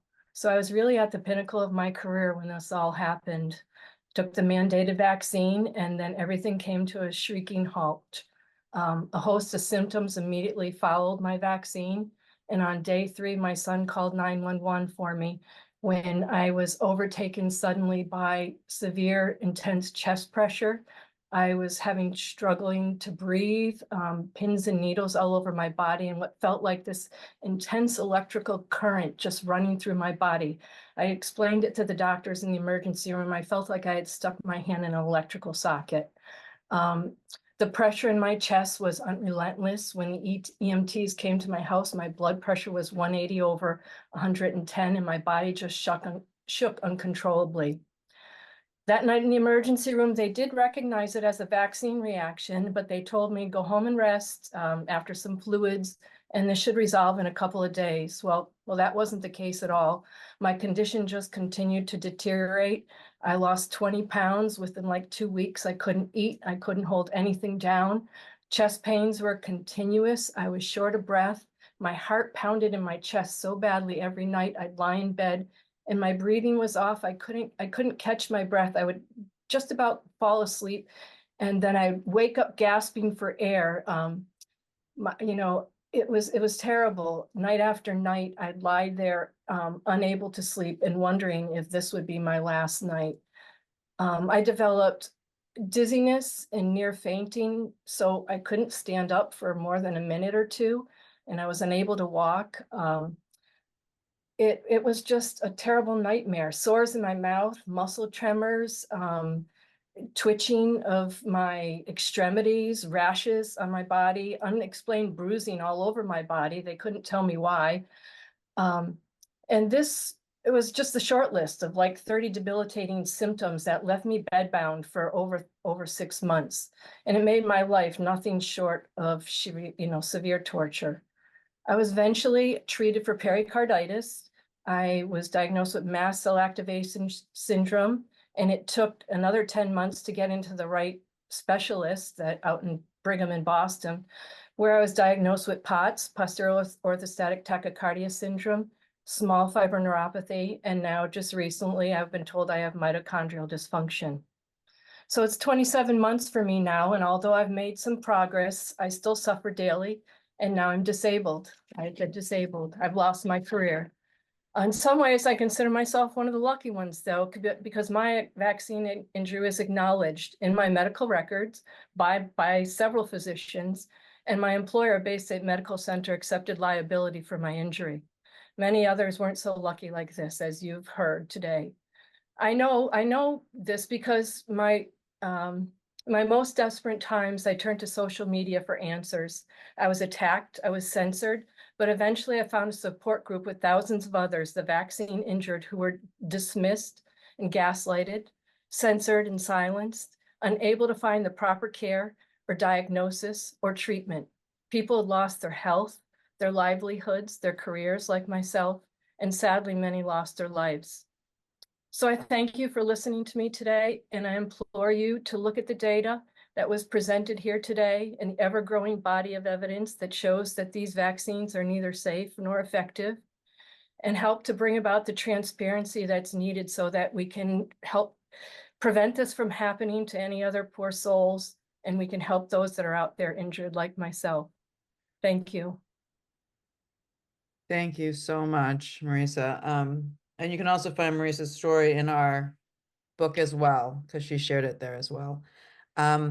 So I don't think that Sherry or Chris are here. It was a long call, so I don't think we're going to get to hear their stories today, but Mary is going to just finish up with a 1-minute little, I don't know, we're going to find out. This was written by a nurse and a triathlete from the UK. Her name was Roz McGinty. This was her prayer after her second shot where she was injured. So it's a poem prayer. You may have seen me shrink in size. You cannot see or feel my tremor. You cannot feel my skin numbness. You cannot hear my tinnitus. You cannot feel my joint and muscle pain. You don't see the drugs I have had to take. You don't see my cardiac issues. You didn't see me fear for my life. You didn't see my tears of excruciating pain. You didn't see me struggling to work. I could go on. I live with fear. What has it done to me? Will I ever feel normal again? I did not speak out. I believed in the vaccine.